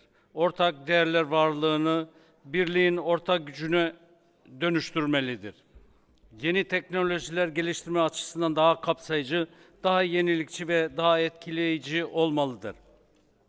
Ekonomik kalkınma ve enerji bağlılığı açısından hassaslığını çok daha düşük seviyelere indirmelidir. Enerji ve ekonomi bağımsızlığını dengeleyip güçlendirmelidir. Bunları sağlamak için Avrupa Birliği daha cesur adımlar atarak yeni üyeler ve bölgelere açılmalı. Yeni insan kaynakları ve doğal kaynakları ortak ve demokrasi değerleriyle harmanlanmalıdır. Bu anlamda Avrupa Birliği sınırlarını genişletip bir an önce Batı Balkan ülkeleri yani Karadağ, Arnavutluk, Bosna Hersek, Sırbistan, Kuzey Makedonya ve Kosova'yı da bünyesine katmalıdır. Moldova ve Gürcistan'ı da benzer şekilde dahil etmelidir. Elbette Ukrayna sorununa çözüm getirerek Ukrayna'nın genel kapsama formülünde oluşturulmalıdır. Devamında da belki en stratejik ve önemli olan Türkiye ile samimi ve işlevsel ortak yolları oluşturmalıdır. Bu yol Türkiye için önemli olduğu kadar Avrupa Birliği için de önemli bir yol olduğunu düşünmekteyim. Bu genişlemeler Avrupa Birliği için yeni imkanlar, yeni ufuklar sunacaktır.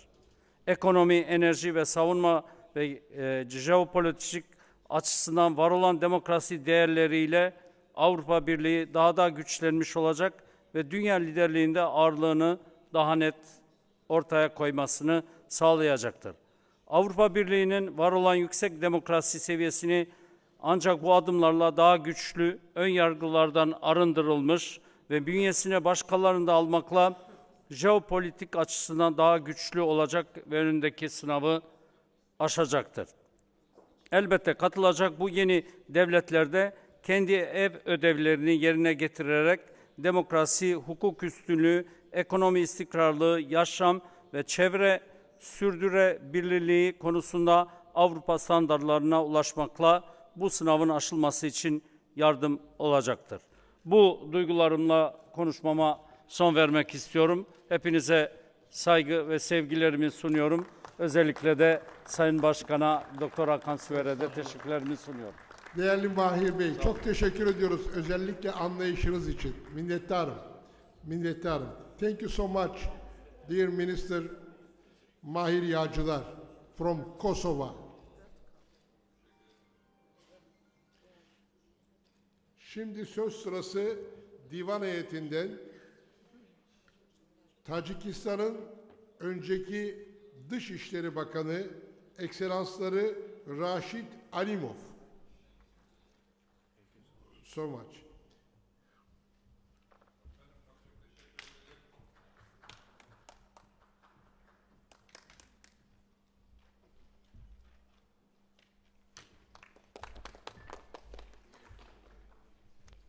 Distinguished ladies and gentlemen, Your Excellencies, first I would like to thank the organizers of the Eurasian Economic Summit and especially Dr. Hakan Süver for the excellent organization and the atmosphere of trust.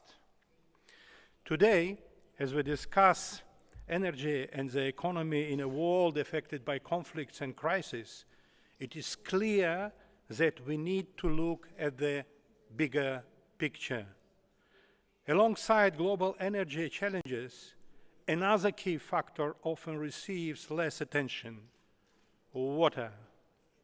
However, water is becoming more and more important for the stability of economies, nature, and countries.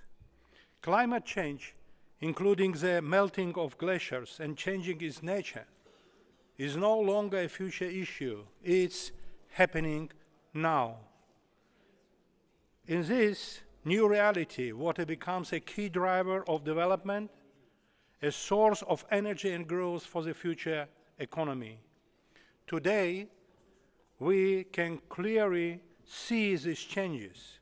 Recent satellite images including comparisons with the famous blue marble image of Earth, show how glaciers, coastlines, and ecosystems are changing. This is not just data, it is clear visual proof that our planet is changing. Pressure on water resources is growing. Natural systems are being damaged more quickly. These changes already affect poverty, migration, and inequality, but they are still not fully recognized at the global level. These challenges are especially serious in Central Asia. The mountain regions of the Pamirs and the Tian Shan, the main sources of water, are quickly losing their capacity. This affects agriculture, energy, and jobs. The region faces a complex situation: less water, a growing population, and old infrastructure.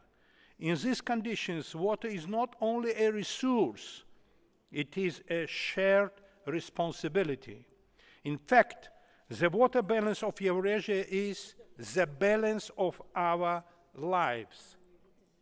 Tajikistan, where up to 60% of the region's water is formed, clearly sees both the risk and the opportunities for joint solutions.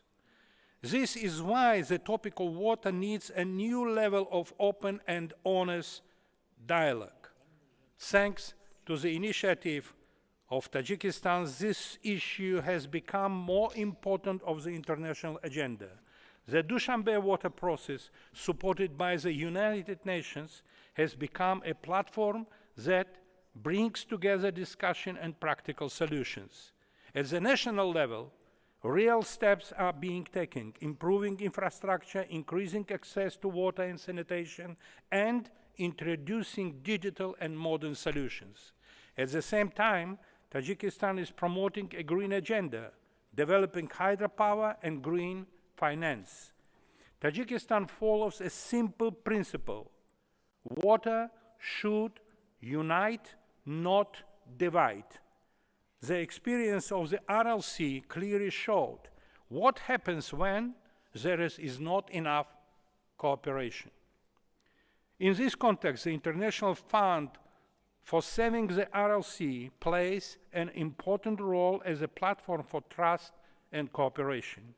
There are clear areas for cooperation: developing water and energy connections, balancing the interests of countries, using resource-saving technologies, and sharing knowledge and scientific experience. It is also important to strengthen regional institutions so they can respond to new challenges. Today, as water risks continue to grow, international cooperation becomes essential for sustainable development. In this regard, I would like to note that from May 25th to May 28th, Dushanbe will host the 4th high-level international conference on water under the United Nations. Its goal is to strengthen partnership, bring together resources, and develop practical solutions. We see this conference as a step toward a new global dialogue on water, where water becomes a basis for cooperation. All participants of this summit are welcome to join. Water, like rivers, does not follow borders. In the 21st century, access to water will depend not only on geography, but also on trust. By protecting the water balance of Eurasia, we protect life for future generations. Thank you so much. Thank you so much, His Excellency Alimov. Thank you so much.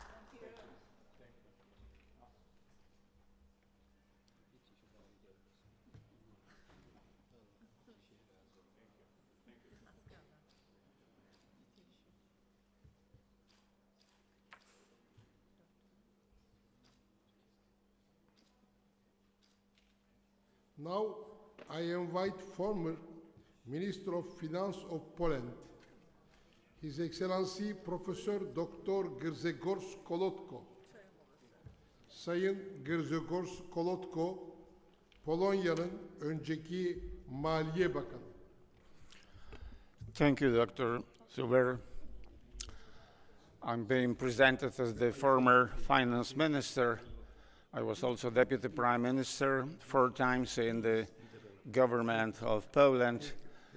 It seems that in more challenging times, but somehow, to the surprise of many, despite the progress we have accomplished in East Central Europe, in this part of the world, in Turkey and farther to the east, we are richer, we have accomplished more, our knowledge is more developed than a couple of years ago, but the challenges are even bigger than 5 or 15 or even 25 years ago.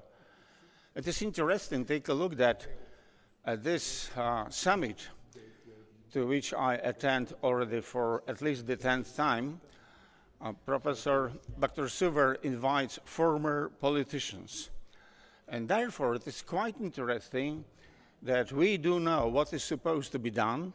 We do know where from the problems are coming, but the current policymakers, which will be invited by Dr. Suver in 5 years, in 15 years, they will keep talking similar to us. What is wrong and what is to be done? And then, therefore, there is the question why, despite our knowledge, what's supposed to be done to address the issues of peace, harmony, security, protection of natural environment, historical heritage, and first of all, of a complex social, economic development, why these issues, these challenges are not addressed in the proper way. Today is Tuesday, May 12th. In 2 days, Thursday, May 14th, there will be another summit and the eyes of the world will turn. Nobody pays that much attention to this summit we are enjoying here. They will look into Beijing when there will be the Sino-American summit, which will address very much to big extent issues we are discussing here. So why we have so many problems? I'm speaking here in my intellectual capacity as professor of economics, not as a former policymaker. And I must say that by and large, we do know what's supposed to be done, by what means, by what instruments to do to meet the challenges which are being faced by the nations of the countries. Actually, our summit should be called not as Eurasian, but as Southeast Europe and West-South Asian Economic Summit. There's the lion's share of Eurasia, which is not presented here in our train of the thought. A couple of years ago, a very influential British-American weekly, The Economist, has stated that looking into the future of the world, we will face growing tensions between the West, led by the United States, and the East, led by China and Russia. And from time to time, they will reach also to military leverage to raise the influence on the so-called global South. My answer was, it should not be, it should not go along this line. There is the rivalry, there is the competition between so-called East and West, of which we are a part, but it should not be hostile. My vision, my interpretation of the world of the future, it is that it is not divided into the West and the East, that it consists not of the West and the East, but it consists of 2 megaspheres. One is Euro-Atlantic, and the other one is Eurasia. And we, also presented here, most of us, we belong to both, especially, say, in Eastern Central Europe and Southern Europe. We are a part of Euro-Atlantic by all means. Most of our countries belong to the European Union. Most of our countries, even more, belong to NATO. And there is Eurasia, to which we also belong. And from this perspective, a part of the answer of the current tensions in international relations, which will be another time brought to the fore in 2 days in Beijing during the meeting between Presidents Xi Jinping and Donald Trump, is the voice of Europe, both South-East Europe and voice of Eurasia, both South-West and West Asia. We should not take a side in the conflict for the time being cold, and so hope it will stay so, between the West and the East, led by US and China. We should find a way to cooperate with both in a peaceful and pro-development way. An interesting thing to conclude is that we intellectuals, we do know how to do it. The problem is that the politicians, even if they do know, they are not able to do so. Why? Because always there has been, there is, and there will be a conflict between two eyes. The ideas we do differ. We are not thinking and valuing the same way.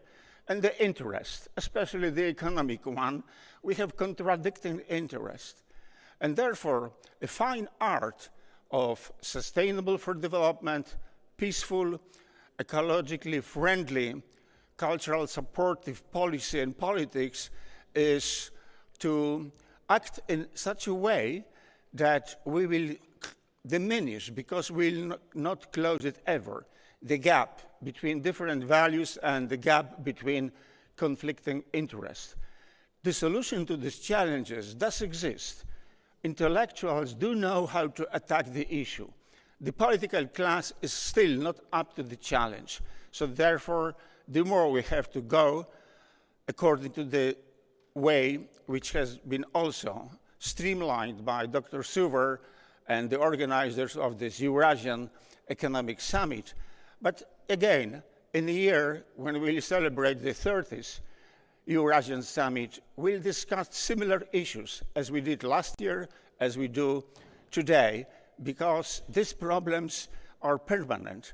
But to most of them, there is the solution. We do know how to act. The question is what we can do to convince the political leaders to go along the line of economic logic, and sometimes against the line of the political logic is contradictory, which happens to be too often contradictory to the social, economic development logic. Thank you. Thank you so much, dear Professor and Minister Kolotko.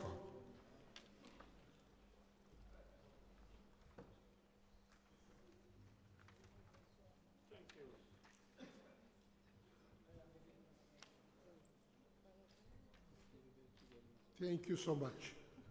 Now I invite Member of Parliament from Montenegro, His Excellency Seyit Hadžić.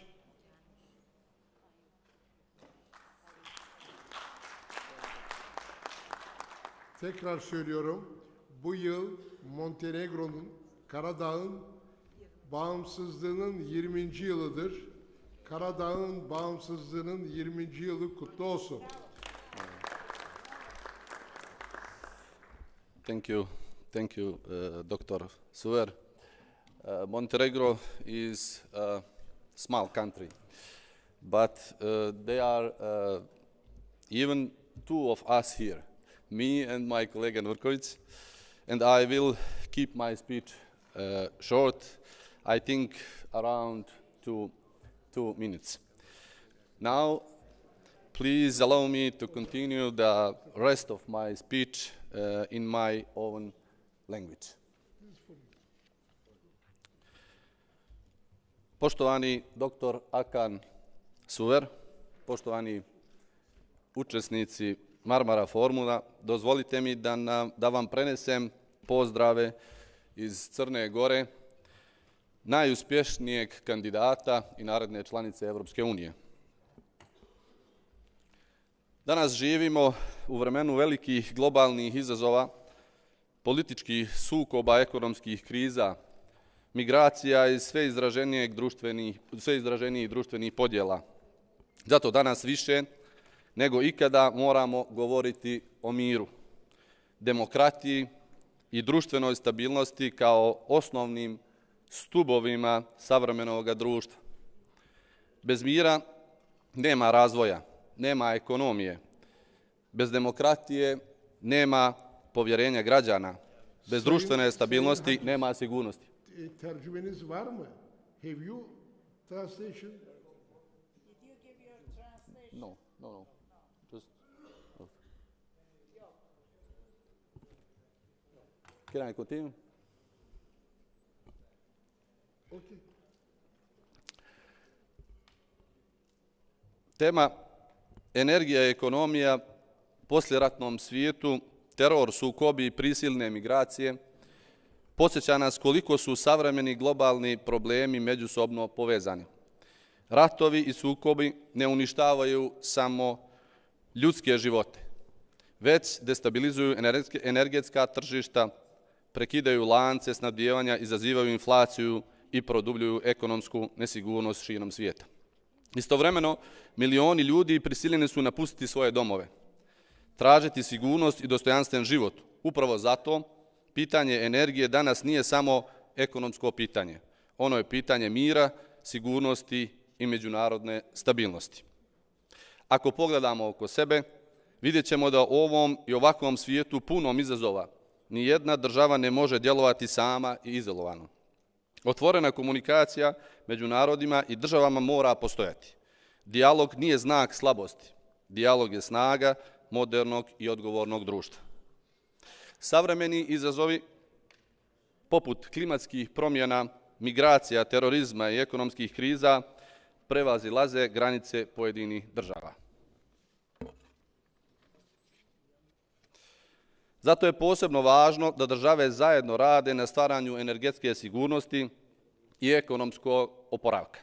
Jer stabilna ekonomija znači manje siromaštva, manje društvenih tenzija, a samim tim i manje prostora za radikalizam i nasilje. I na kraju, mi moramo znati da mir, demokratija i društvena stabilnost nisu ciljevi koji se postižu jednom zauvijek. Oni se kontinuirano grade, a na nama je da razvijemo društva zasnovana na dijalogu, pravdi, toleranciji i međusobnom poštovanju. Upravo zato forum, poput Marmara foruma, imaju posebnu vrijednost jer okupljaju ljude različitih iskustava, kultura i ideja sa zajedničkim ciljem.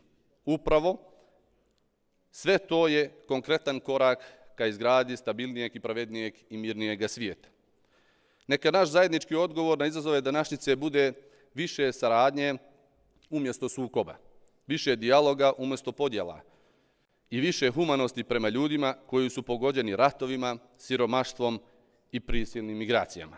I neka današnja poruka iz Istanbula bude jasna. Svijet ne treba novu podjelu moći, svijet treba novu odgovornost prema čovjeku, miru i budućnosti naše djece. Thank you very much. Thank you so much. Sayın Seyit Hacı. Şimdi son konuşmacımız bir genç arkadaşımız.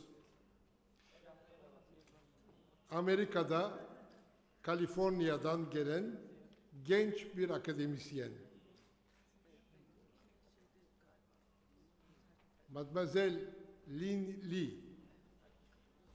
Lynn Lee. Academic from California College of Arts, United States of America. Dear Dr. Survey, Your Excellencies, ladies and gentlemen, good afternoon. So, first I wanted to really express this appreciation for Marmara Foundation for having me here. My name is Lynn. I'm currently pursuing an MBA in San Francisco in the United States, while also working in a consultancy as a future strategist. So today I really wanted to bring a kind of unique point of view from my really genuine story of being an international volunteer at FOPAL, a mission that I have been dedicated my life to. So at the age of 19, I experienced one of the biggest turning points in my life. That was when I first traveled to India to attend the International Conference of Chief Justices of the World. It was also the first time I truly understood the essence of love and peace. Since then, for more than a decade, I participated in countless initiatives around the world to promote love, peace, and conscience, including the United Nations conferences, and have been to countries like Austria, Australia, and India, as well as many different states across the United States. Along this journey, under the guidance of my lifelong mentor, Dr. Hong, the president of the Federation of World Peace and Love, we have traveled step by step to more than 100 countries around the world, always believing that through our actions, we can create a better tomorrow. The second turning point in my life came in 2022 when FOPAL was invited to attend an economic forum held in New York. There was one statement that completely changed the way I view the future. 70% of jobs in the world could eventually be replaced by AI.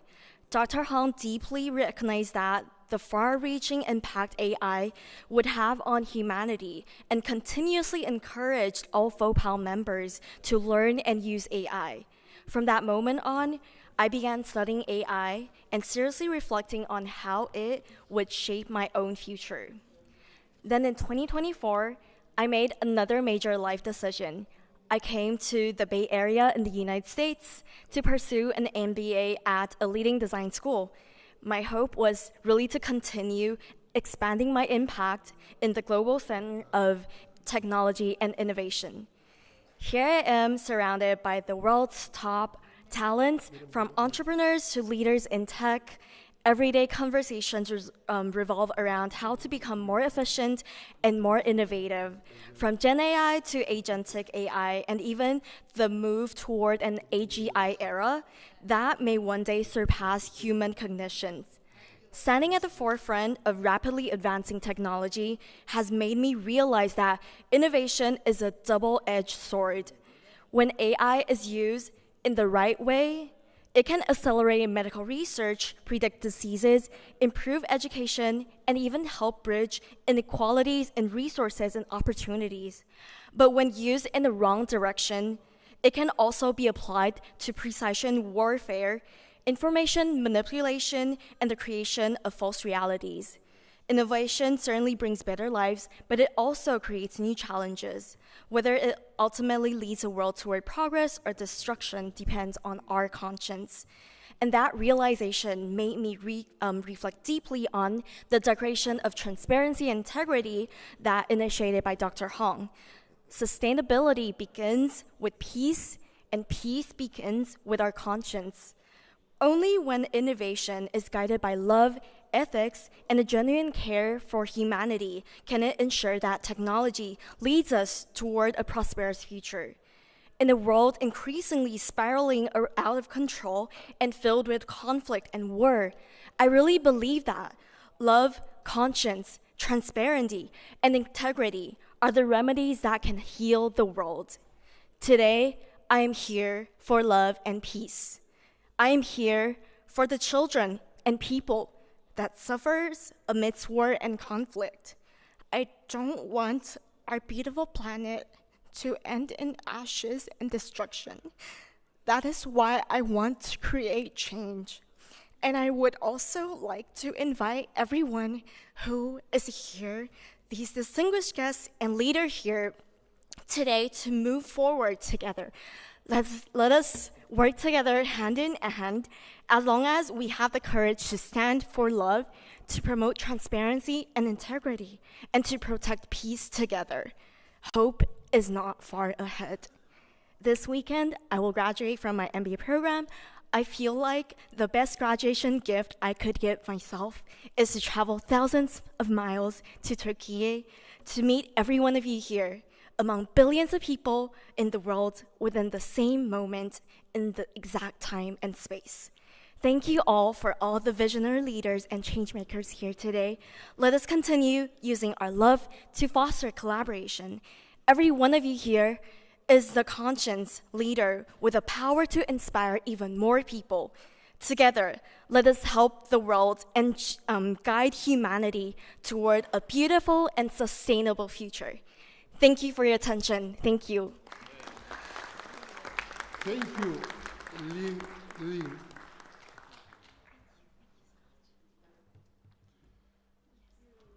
Hanımefendiler, beyefendiler. İkinci oturumumuzu nihayete erdirdik. 16 misafirimizi dinledik. Şimdi raportör heyeti ve temsil heyetini bozmadan, onları yerinde tutarak, sabırlarına sığınarak ben yerimi Lale Aytanç Nalbant hanımefendiye bırakıyorum. Lale Aytanç Nalbant 3. oturumumuzu küresel barış üstüne yönetecekler. Thank you so much. Oturum devam ediyor.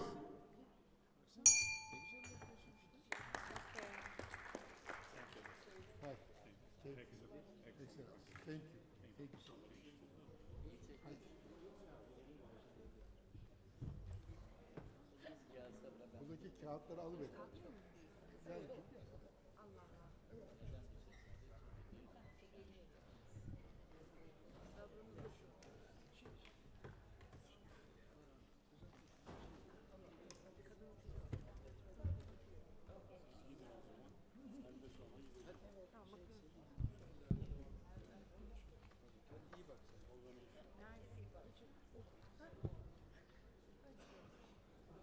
Saygıdeğer konuklar, değerli konuşmacılar, Marmara Grubu Vakfı 29. Avrasya Zirvesi 1. günün sonuncu oturumuna geldik.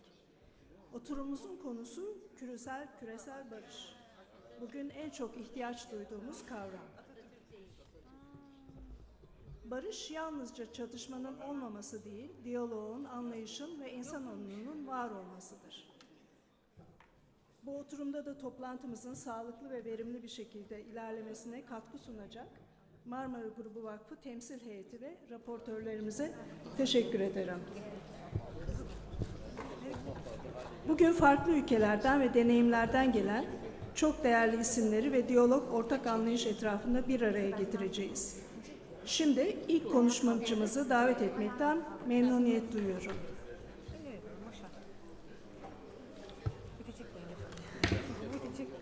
Sayın Yiri Parobek.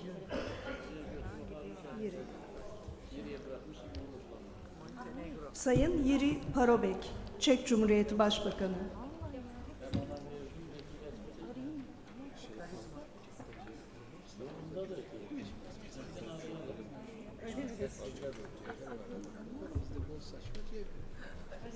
Allah yine versin. Nasıl bir muhabbet ya?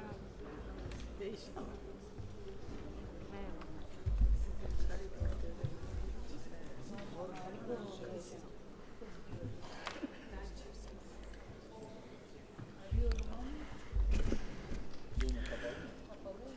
Ladies and gentlemen,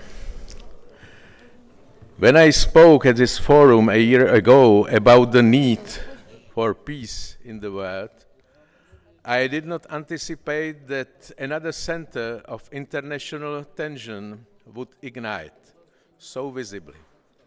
Alongside Ukraine, where a devastating war between Russia and Ukraine has been ongoing for more than 4 years, serving in many ways as a proxy conflict involving Western countries, another large-scale war has erupted.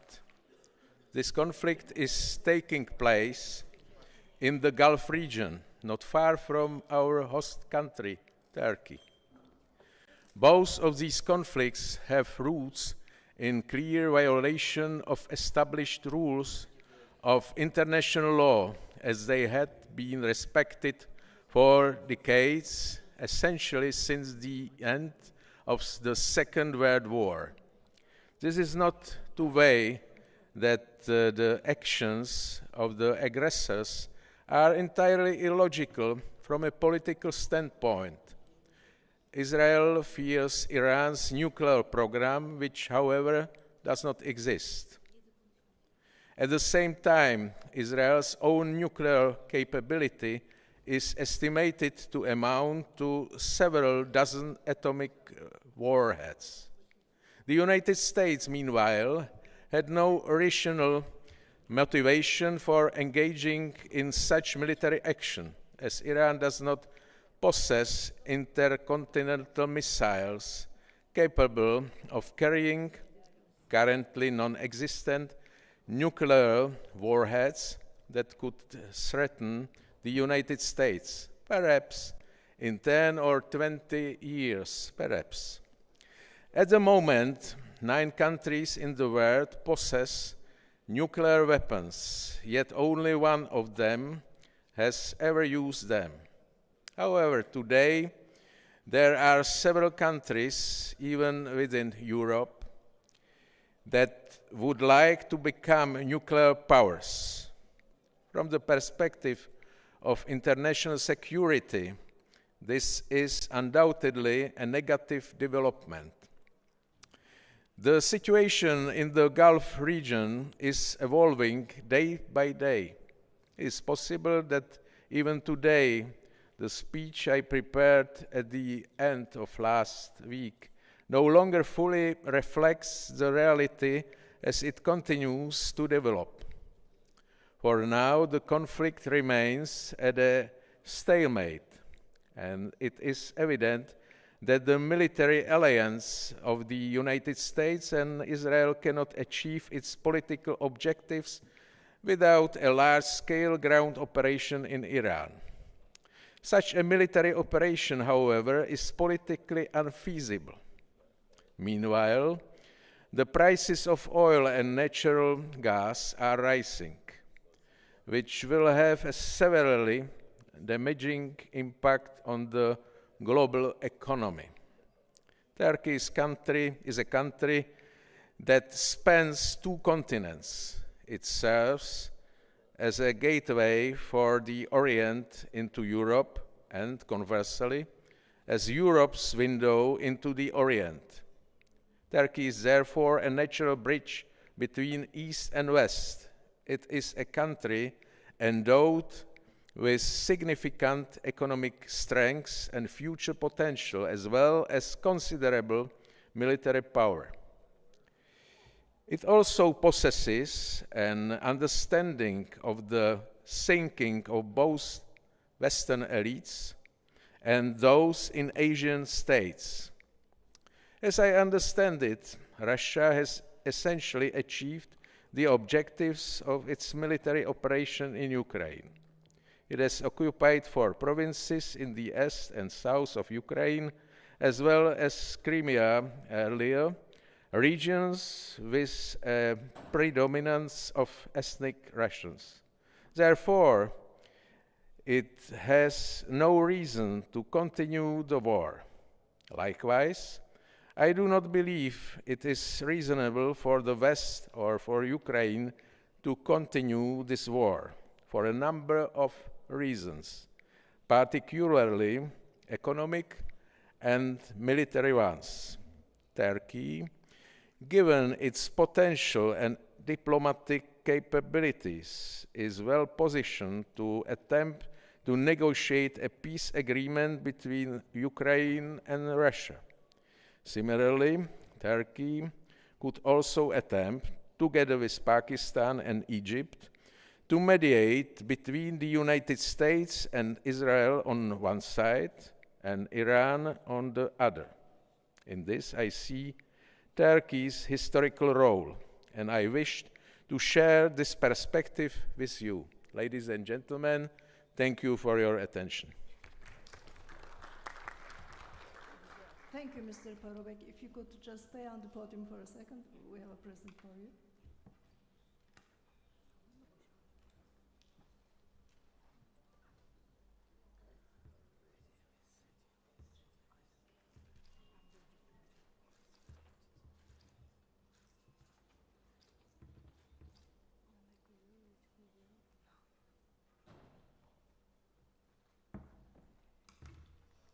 Thank you very much, His Excellency. Now it's our privilege to welcome His Excellency Jack McConnell, whose long experience in international affairs adds great value to this discussion. His Excellency, please, the floor is yours.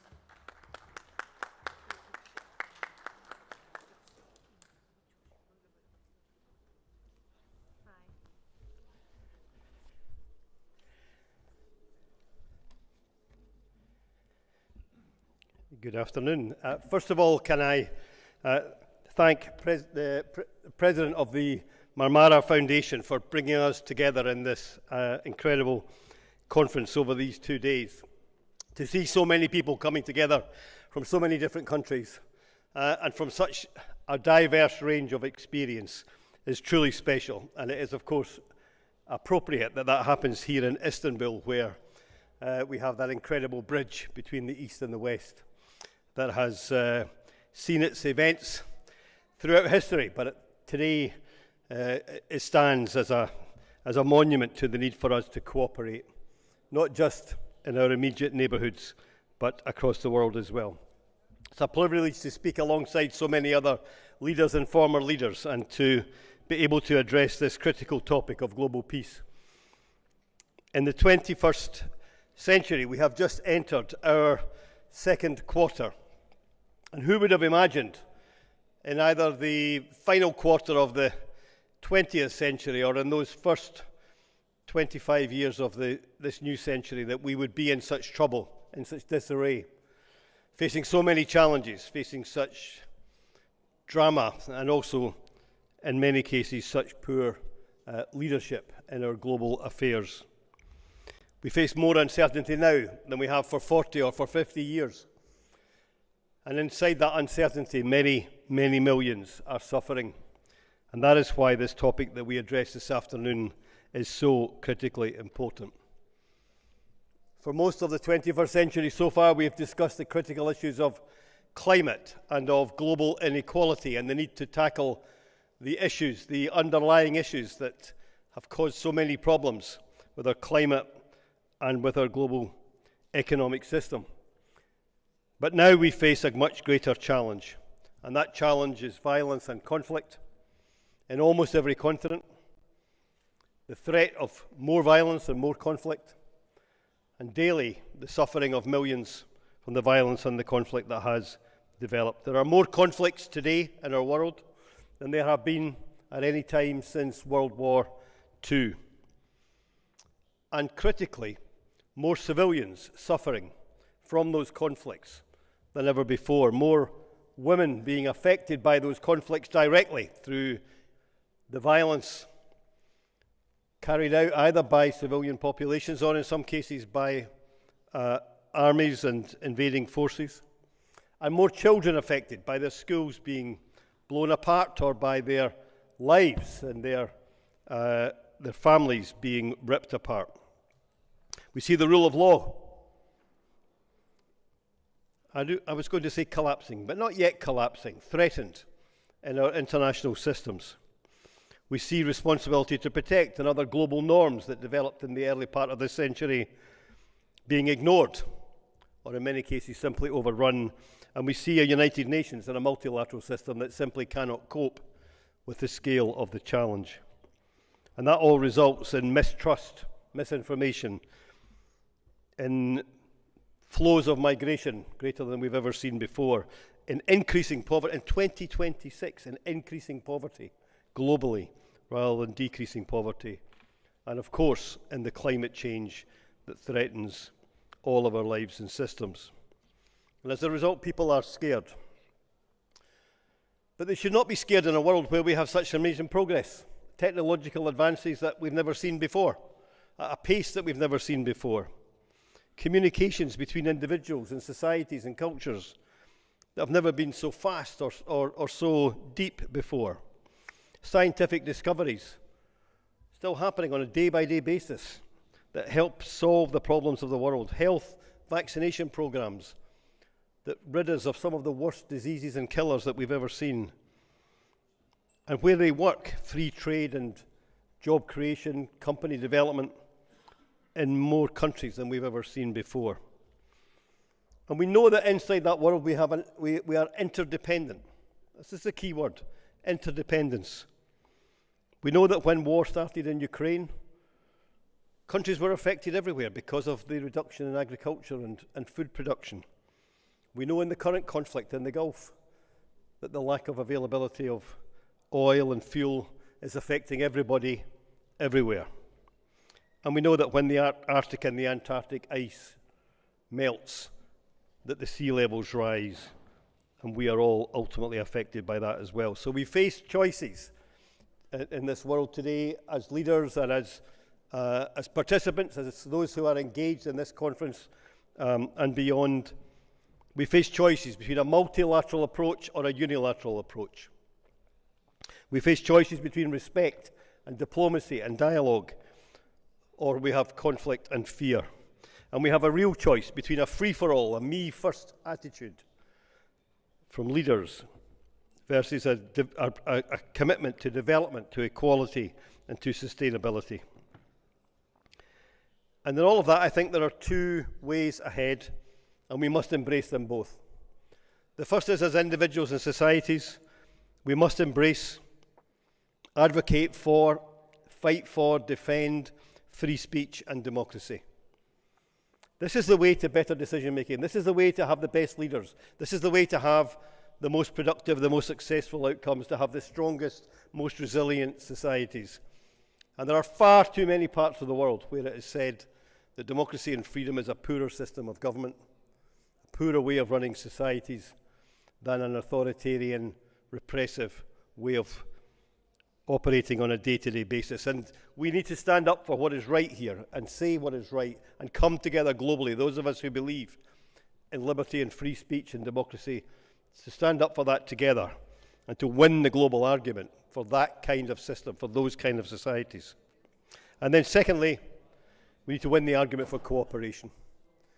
Those who say me first, our country alone, are not only wrong in practice, but fundamentally wrong in principle in a world where we are so interdependent. And we need to find new ways of cooperating. We are not that far away now, 20 years, less than 20 years away from the 100th anniversary of 1945 and the creation of an international system that was meant to bind us all together for decades and centuries to come. That system might not be working in the 21st century. I don't believe it was ever designed to work for a world with 190 or so independent nations, where there are many more large powers in the world than there were in 1945. But before 2045, we need to reorganize, reimagine that system and create a world multilateral system that is fit for the 21st century, not the 20th century. I believe if we don't do that, then we will be forced to, in the aftermath of conflict, the way they were back in 1945. But if we take up that challenge, if we reimagine the multilateral system and we create a fairer, more representative, more equal, more effective multilateral system for the 21st century, then we can perhaps avoid the conflict we saw in the 20th century, and we can go ahead and build the better world that we want to see. Thank you very much. Thank you.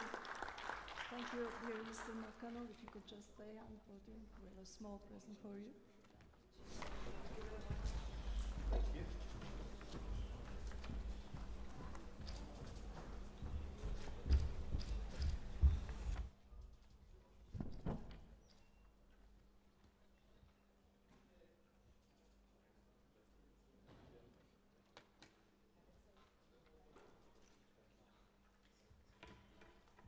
Now I'm pleased to invite His Excellency Professor Dr. Hasan Diab, who would bring both academic and governmental perspectives to our dialogue. His Excellency, please, the floor is yours.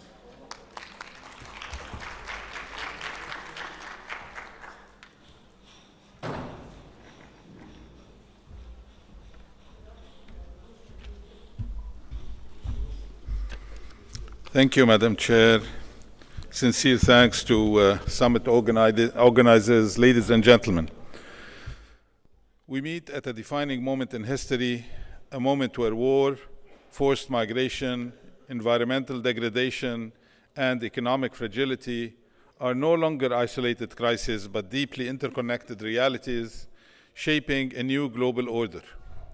In such a world, the question before us is not only how to restore peace, but who is empowered to build it. Because peace, if it is to endure, must be inclusive, and democracy, if it is to remain legitimate, must be representative. Yet today, both remain incomplete. Despite decades of progress, global power structures continue to marginalize women. According to the Inter-Parliamentary Union, women hold 27% of seats in national parliaments worldwide, and at the current pace, gender parity may take more than 4 decades to achieve. Data from UN Women further indicates women represent 25% of cabinet ministers globally. Women remain underrepresented in security, defense, finance, and foreign policy portfolios, the very domains that shape war and peace. And fewer than 15 countries have achieved gender parity in government leadership. This is not merely a statistical imbalance.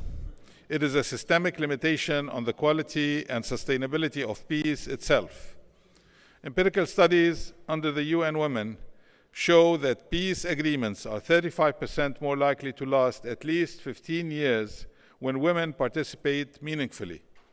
Exclusion, therefore, is not neutral, it is destabilizing. The world will see geopolitical tectonic shifts, the aftershocks of which will only be decided by leadership. Leadership is a choice, and everything rises and falls on leadership.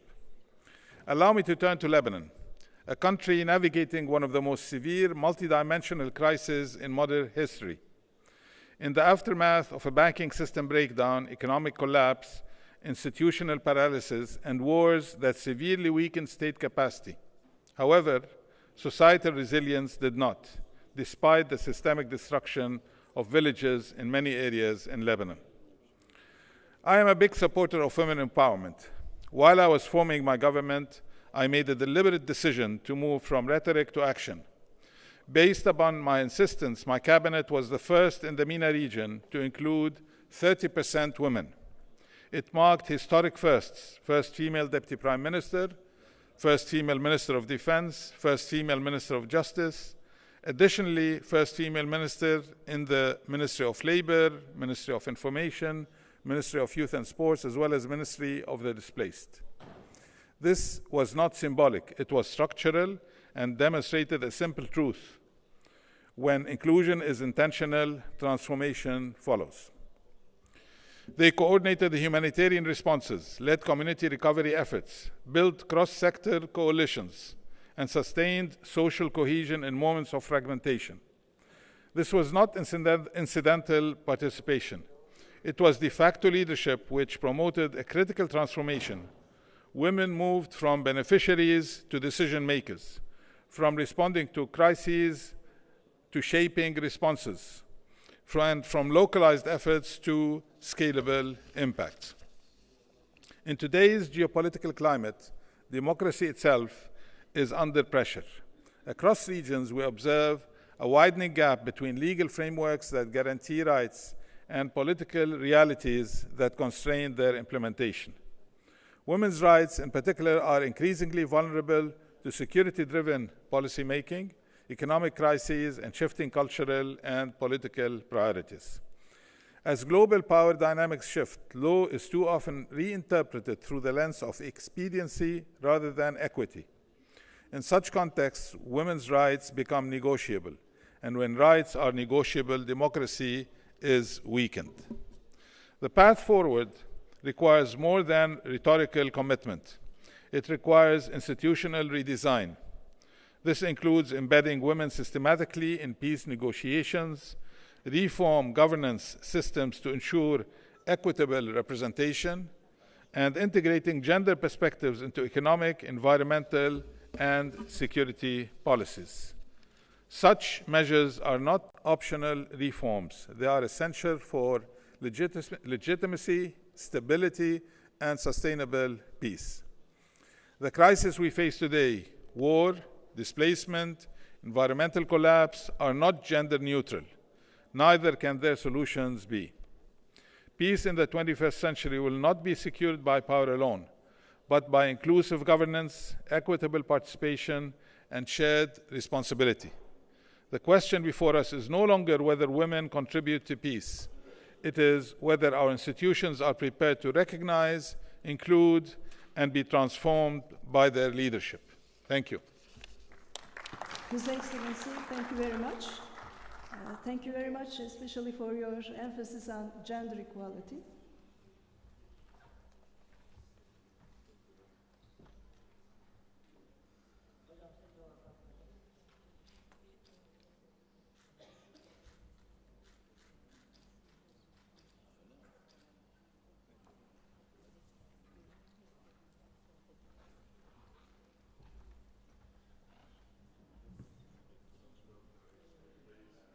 Our next distinguished speaker is His Excellency Kirill Gaborucci. Kirill Gaborucci, Prime Minister of Moldova, who will share his perspective on cooperation and sustainable development. Welcome. Hello, everyone. First of all, let me start with the fact that it's an honor to be here, and I would like to congratulate Mr. Akansuver and his team with good efforts and giving us the opportunity to speak and share our thoughts at this respected and important event. Today I would like to share not only my thoughts but also my concerns about that have been growing in the last recent years. It's about not being afraid of my present, but being afraid of or having concern about that our generation, all of us, is compromising the future of our children today. We live in a time marked by rising tensions, by division and by hatred, and these are not longer staying alone. This is a part of a fact that is coming at the end of the day into conflicts. What worries me the most is not only the wars themselves, but also the fact that the way we react to these conflicts. News about drone strikes, news about missile attacks or destroyed homes or killed people no longer shocking us. When tragedy becomes daily routine, it risks becoming accepted. Too often, leaders speak throughout threats or ultimatums. Dialogue is seen as weakness, and call for peace is seen as betrayal. Even diplomacy is slightly shifting. We hear a lot about victory before dialogue rather than dialogue in order to avoid the conflict. In a world with such powerful military capacities, the direction is not sustainable. Instead of stepping back and reassessing, we continue to increase the investments in the military equipment or military spendings. Just in the last 4 years, it was mentioned today by one of the speakers that the annual budget for military equipment is reaching up to $1.3 trillion. So every year, $1.3 trillion. And these figures are, in my opinion, are underestimated.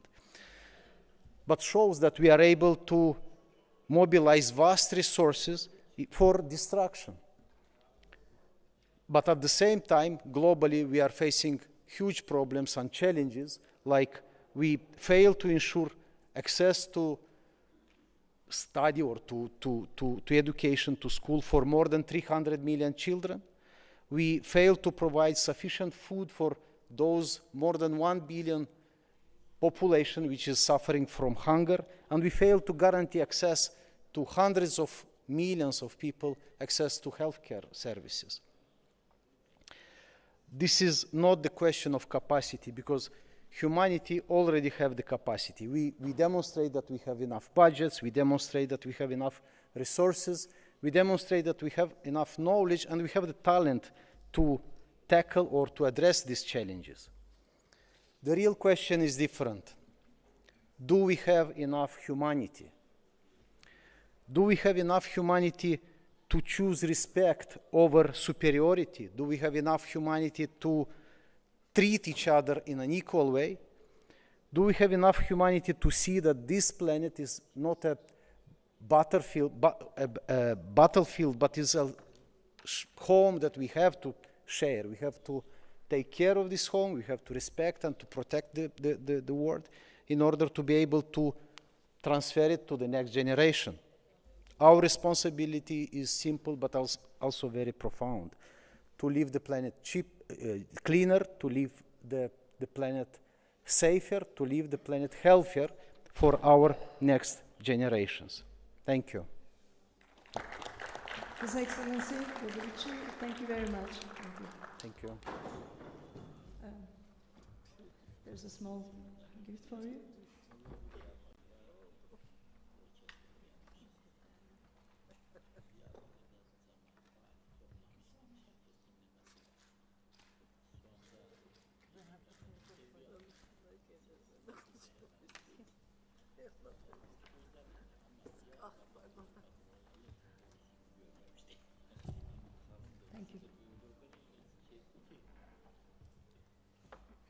Our next speaker is His Excellency Dmitry Bragish. His Excellency is Prime Minister of Moldova from 1999 to 2001. Excellencies, ladies and gentlemen, good afternoon. It's a great pleasure and honor to participate in this prestigious European Economic Summit. Many thanks to Marmara Group Foundation and its president, Dr. Akan Suver, for the wonderful organizer of the conference and the opportunity to share some of my thoughts with you. The topic of the session is global peace. And sometimes I'm asking the question, for whom this is global peace if we have such a big trouble in our region with the question of demographic issues, with demographic crisis. One of the explanations, I believe, is a huge contradiction between the extension of women's rights and the demographic challenges of our time. Today, when we talk about women's rights, we almost automatically use the language of progress. And really, it's a language of freedom, equality, a question of opportunity. And this is justified. Over the last 100 years, women have gained access to education, political participation, economic independence. The world has become more just. But there is a question that arises increasingly often,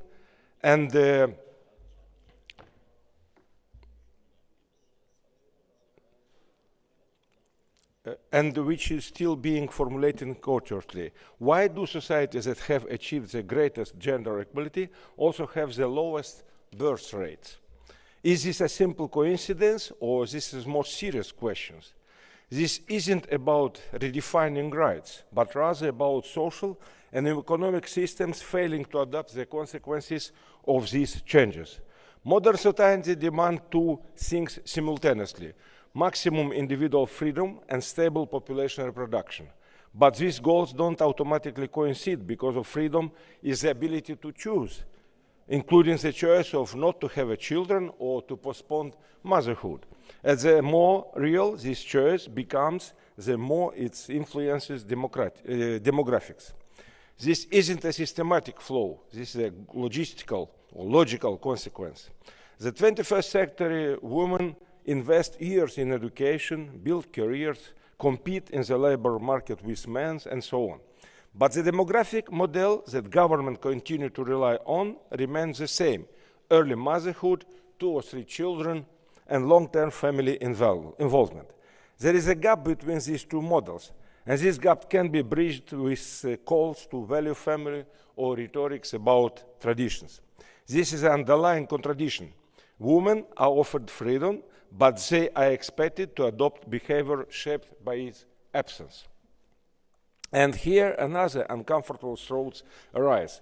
Is it impossible to simultaneously maximize individual autonomy and expect the demographic results characteristic of society with limited choice? This isn't an assessment, it's a structural contradiction, because demography isn't a private matter. It's a question of economic sustainability, pension system, intergenerational balance, and ultimately the future of society. But women's rights also are not a subject of compromise either. Therefore, the real question is starker than is usually formulated. Are modern societies really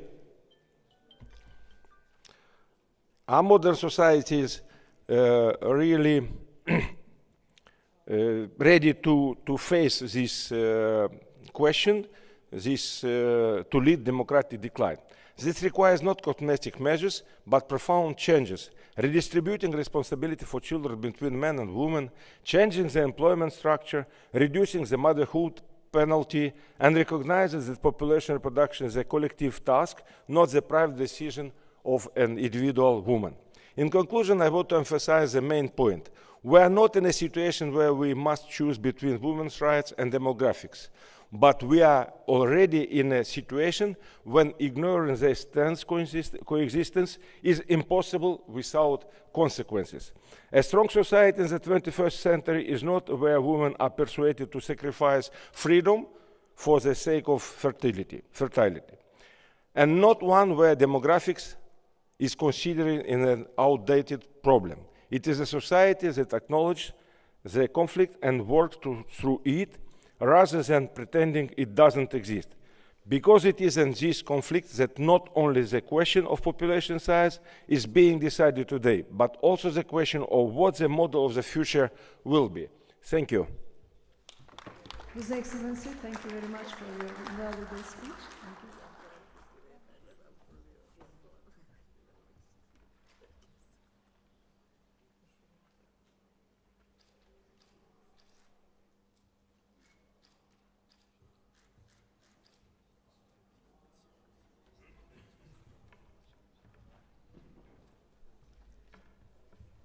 It is now my pleasure to welcome His Excellency Marek Belka, Prime Minister of Poland, whose experience in economics and governance brings another important dimension to peace.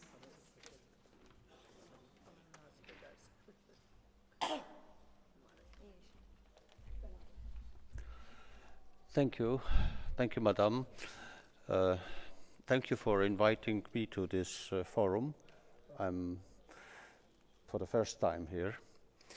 But discussing global peace, how can we skip the European Union, which is the mainstay of peace in Europe? As a matter of fact, it was created after the Second World War to prevent future wars. What was meant then, the wars between the countries of Western Europe, Germany and France. Now we have bigger ambitions. What are then the successes of European Union in this last few decades? Well, first, we managed to keep not only peace, but deepen friendship between West European countries, Central European countries. We are growing. Second, European Union became a fantastic convergence machinery. It is something that is probably unique in the world. New members are offered terms, conditions to advance economically. I come from a country that has this fantastic experience. The last 30 years was probably the best ever time in the Polish history. As a result, the living standards in Europe are by far the highest in the world. Well, what are then the failures? Well, one is what is seen recently is lagging competitiveness. It's the cost of high social expenditures and probably here and there some over-regulations. Although, in my opinion, this argument about over-regulation in Europe is probably overdone. Second thing, well, European Union had the ambition to become a regulatory empire of the world. Well, it failed in a sense because we have probably overdone, like, for example, with the Green Deal. Second, the world has changed. Now the rules don't rule the world. Unfortunately, it's the naked force that is more and more visible as the ruling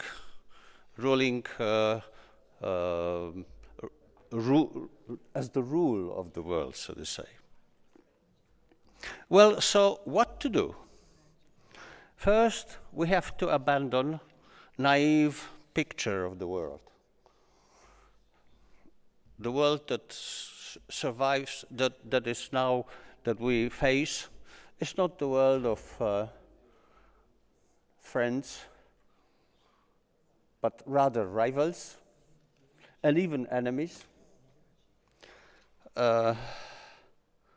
So we have to introduce some measures of protection, both economically, but also what concerns immigration. It is a very difficult matter of conscience, of changing approach of Europeans. We are idealists, or many of us were idealists. How could we deny people who are seeking refuge, asylum, or simply better life in Europe, the access to our wealth, to our stability? Well, we have to, unfortunately. Second, well, this naive picture of the world has to accept that there are powers in the world that don't treat European Union as partners, as friends. Russia is, of course, an open enemy of the European Union, and they don't hide the purpose of undermining and weakening the European Union. It's obviously better to deal with individual middle-sized countries than with the Union as it is. But even when you listen to Donald Trump, a partner of Europe, I haven't heard anything nice about the European Union from him recently. So, what have we done? What do we have to do? Well, first we have to deal with the decision-making mechanism. 27 countries and unanimity. How can it work? And most important decisions are made in the regime of unanimity. It's very difficult to leave it or to restrict it somewhat. But if we want to survive, we have to deal with it. Good thing is that European Union develops through crises, and the crises are frequent these days. The global financial crisis of 2008 brought about banking union. Now we have a very safe banking system in Europe. Some people even complain that this is too safe and too well, not willing to take too much risk. So, well, but we have banking union. We started building up capital markets union. We introduced some important elements of fiscal union. The Russian aggression in Ukraine made us think about security, about common expenditure on arms industry. Some even say we need European army or some elements of European army. Well, this shows that we are not blind to the world. If we want to survive, if we want to keep peace in Europe and export peace outside, we have to survive. Well, now let me end with some optimistic note. Of course, the future is unpredictable, but European Union remains attractive. Quite recently, we are hearing that Iceland is pondering joining the European Union. There are some voices in Norway about it. We see that Canada is not joining the European Union, but coming closer to us, maybe as a reaction to the next black swan, which is called Donald Trump. Of course, we have Western Balkans waiting. Many of our representatives here are here, Moldova. An elephant in the room, which is called Ukraine. No matter what happens, one thing is sure. Europe becomes even more attractive these days than in the past. So maybe we should not be pessimistic. And remember, if we want peace in Europe, we need European Union. Thank you. Thank you very much. Especially ending with this optimistic note. Thank you. We have a small gift for you.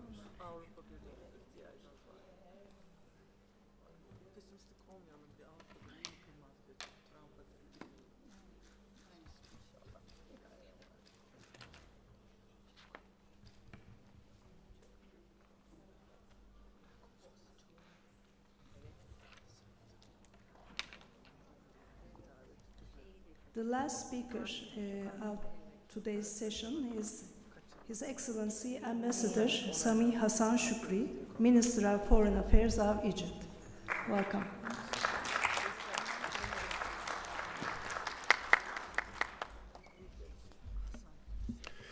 Ladies and gentlemen,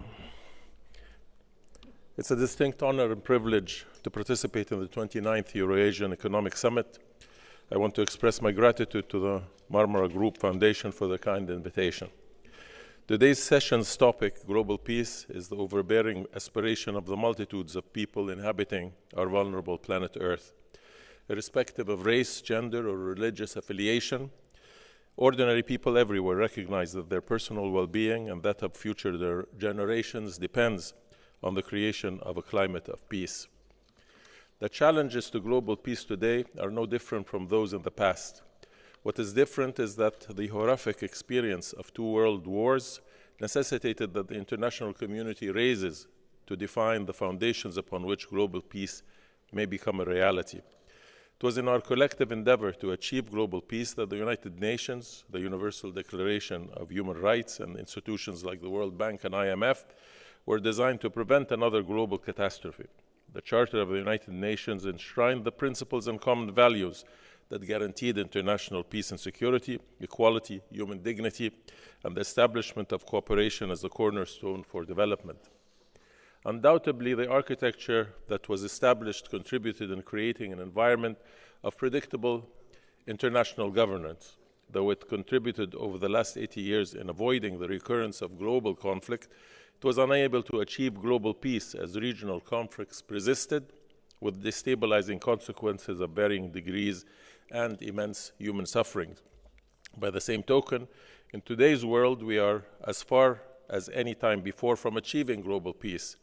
The raging conflicts in Iran, Ukraine, Palestine, Lebanon, Sudan, and elsewhere highlight the risks of escalation and their adverse effects on global peace. Similarly, rising geopolitical tensions, economic equality and turbulence, climate crisis, and technological advancements that are creating global disparities are all factors that potentially fuel conflict. Despite the current state of affairs, the international community cannot afford to relinquish the aspiration to strive to achieve global peace. It is the necessary condition to afford every person freedom from fear and hope in the future, the opportunity to prosper, innovate, and evolve to transcend beyond the basic instincts of domination. The necessary foundations to achieve global peace are readily available. That they were unable in the past to achieve their objective is due to the fact that their application was flawed. This in no manner detracts from their relevance and authenticity. To achieve global peace requires adherence to the following principles, in my view. First, the primacy of international law and multilateral institutions. We need not try to reinvent the wheel. Our human experience and evolution has enabled the formulation of the building blocks upon which global peace may become predominant. They are defined in the Charter of the United Nations, whose purposes and principles must be upheld. The recognition that in their faithful application, we are able to achieve justice, equality, and human dignity, which are as much the cornerstones of global peace as they are the determining factors for tranquil relations, whether among individuals or states. Equally, there must be a recommitment to the respect of sovereignty, territorial integrity, and equality of states, to repulse the temptation to revert to the threat or use of force as means to fulfill national interests. It must also be recognized that for global peace to be achieved will depend on the ability to deal with the pressures emanating from the widening gaps in economic and technological development between those who have and those who have not. It is through upholding justice and the recognition of the needs of others can we avoid the potential risks of escalating tensions and conflicts.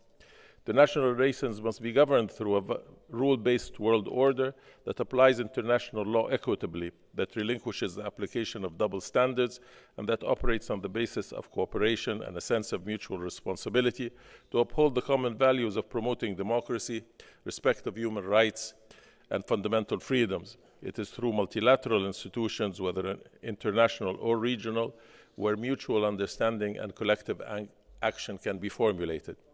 Second, to foster diplomacy over conflict, relying on dialogue as the best tool to reach understanding of competing positions and to resolve conflict by reaching solutions based on flexibility and compromise through peaceful means. And third, addressing the root causes of conflict. For too long, the international community has neglected addressing outstanding conflicts that have festered for decades and resulted in escalating violence and military confrontation. Whether of political nature, and as an example, the Israeli-Palestinian conflict, or related to economic inequality, or tackling climate change and its adverse effects, have contributed to global insecurity. Ladies and gentlemen, as we live through transformational times, we are faced with immense challenges. The titanic shifts in international relations we are witnessing today will have far-reaching consequences for generations to come. Every effort must be exerted to reinforce the primacy of international law, multilateralism, and rule-based world order, diplomacy and common values that we uphold so that all peoples may prosper in a climate of global peace. I thank you. His Excellency, thank you very much for this invaluable speech.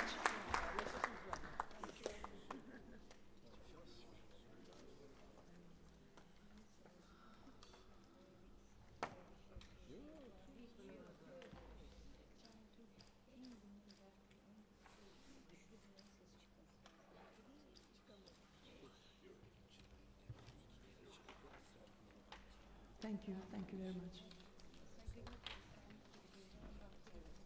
As we conclude this session, the first day of the 29th Eurasian Economic Summit, thank you all, dear participants and speakers, for their contributions. We look forward to meet you tomorrow morning at 9:30. And on behalf of Marmara Group Foundation, we wish you all a pleasant evening. See you tomorrow.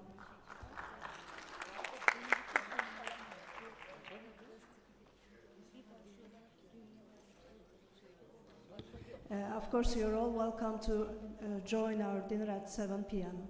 tonight.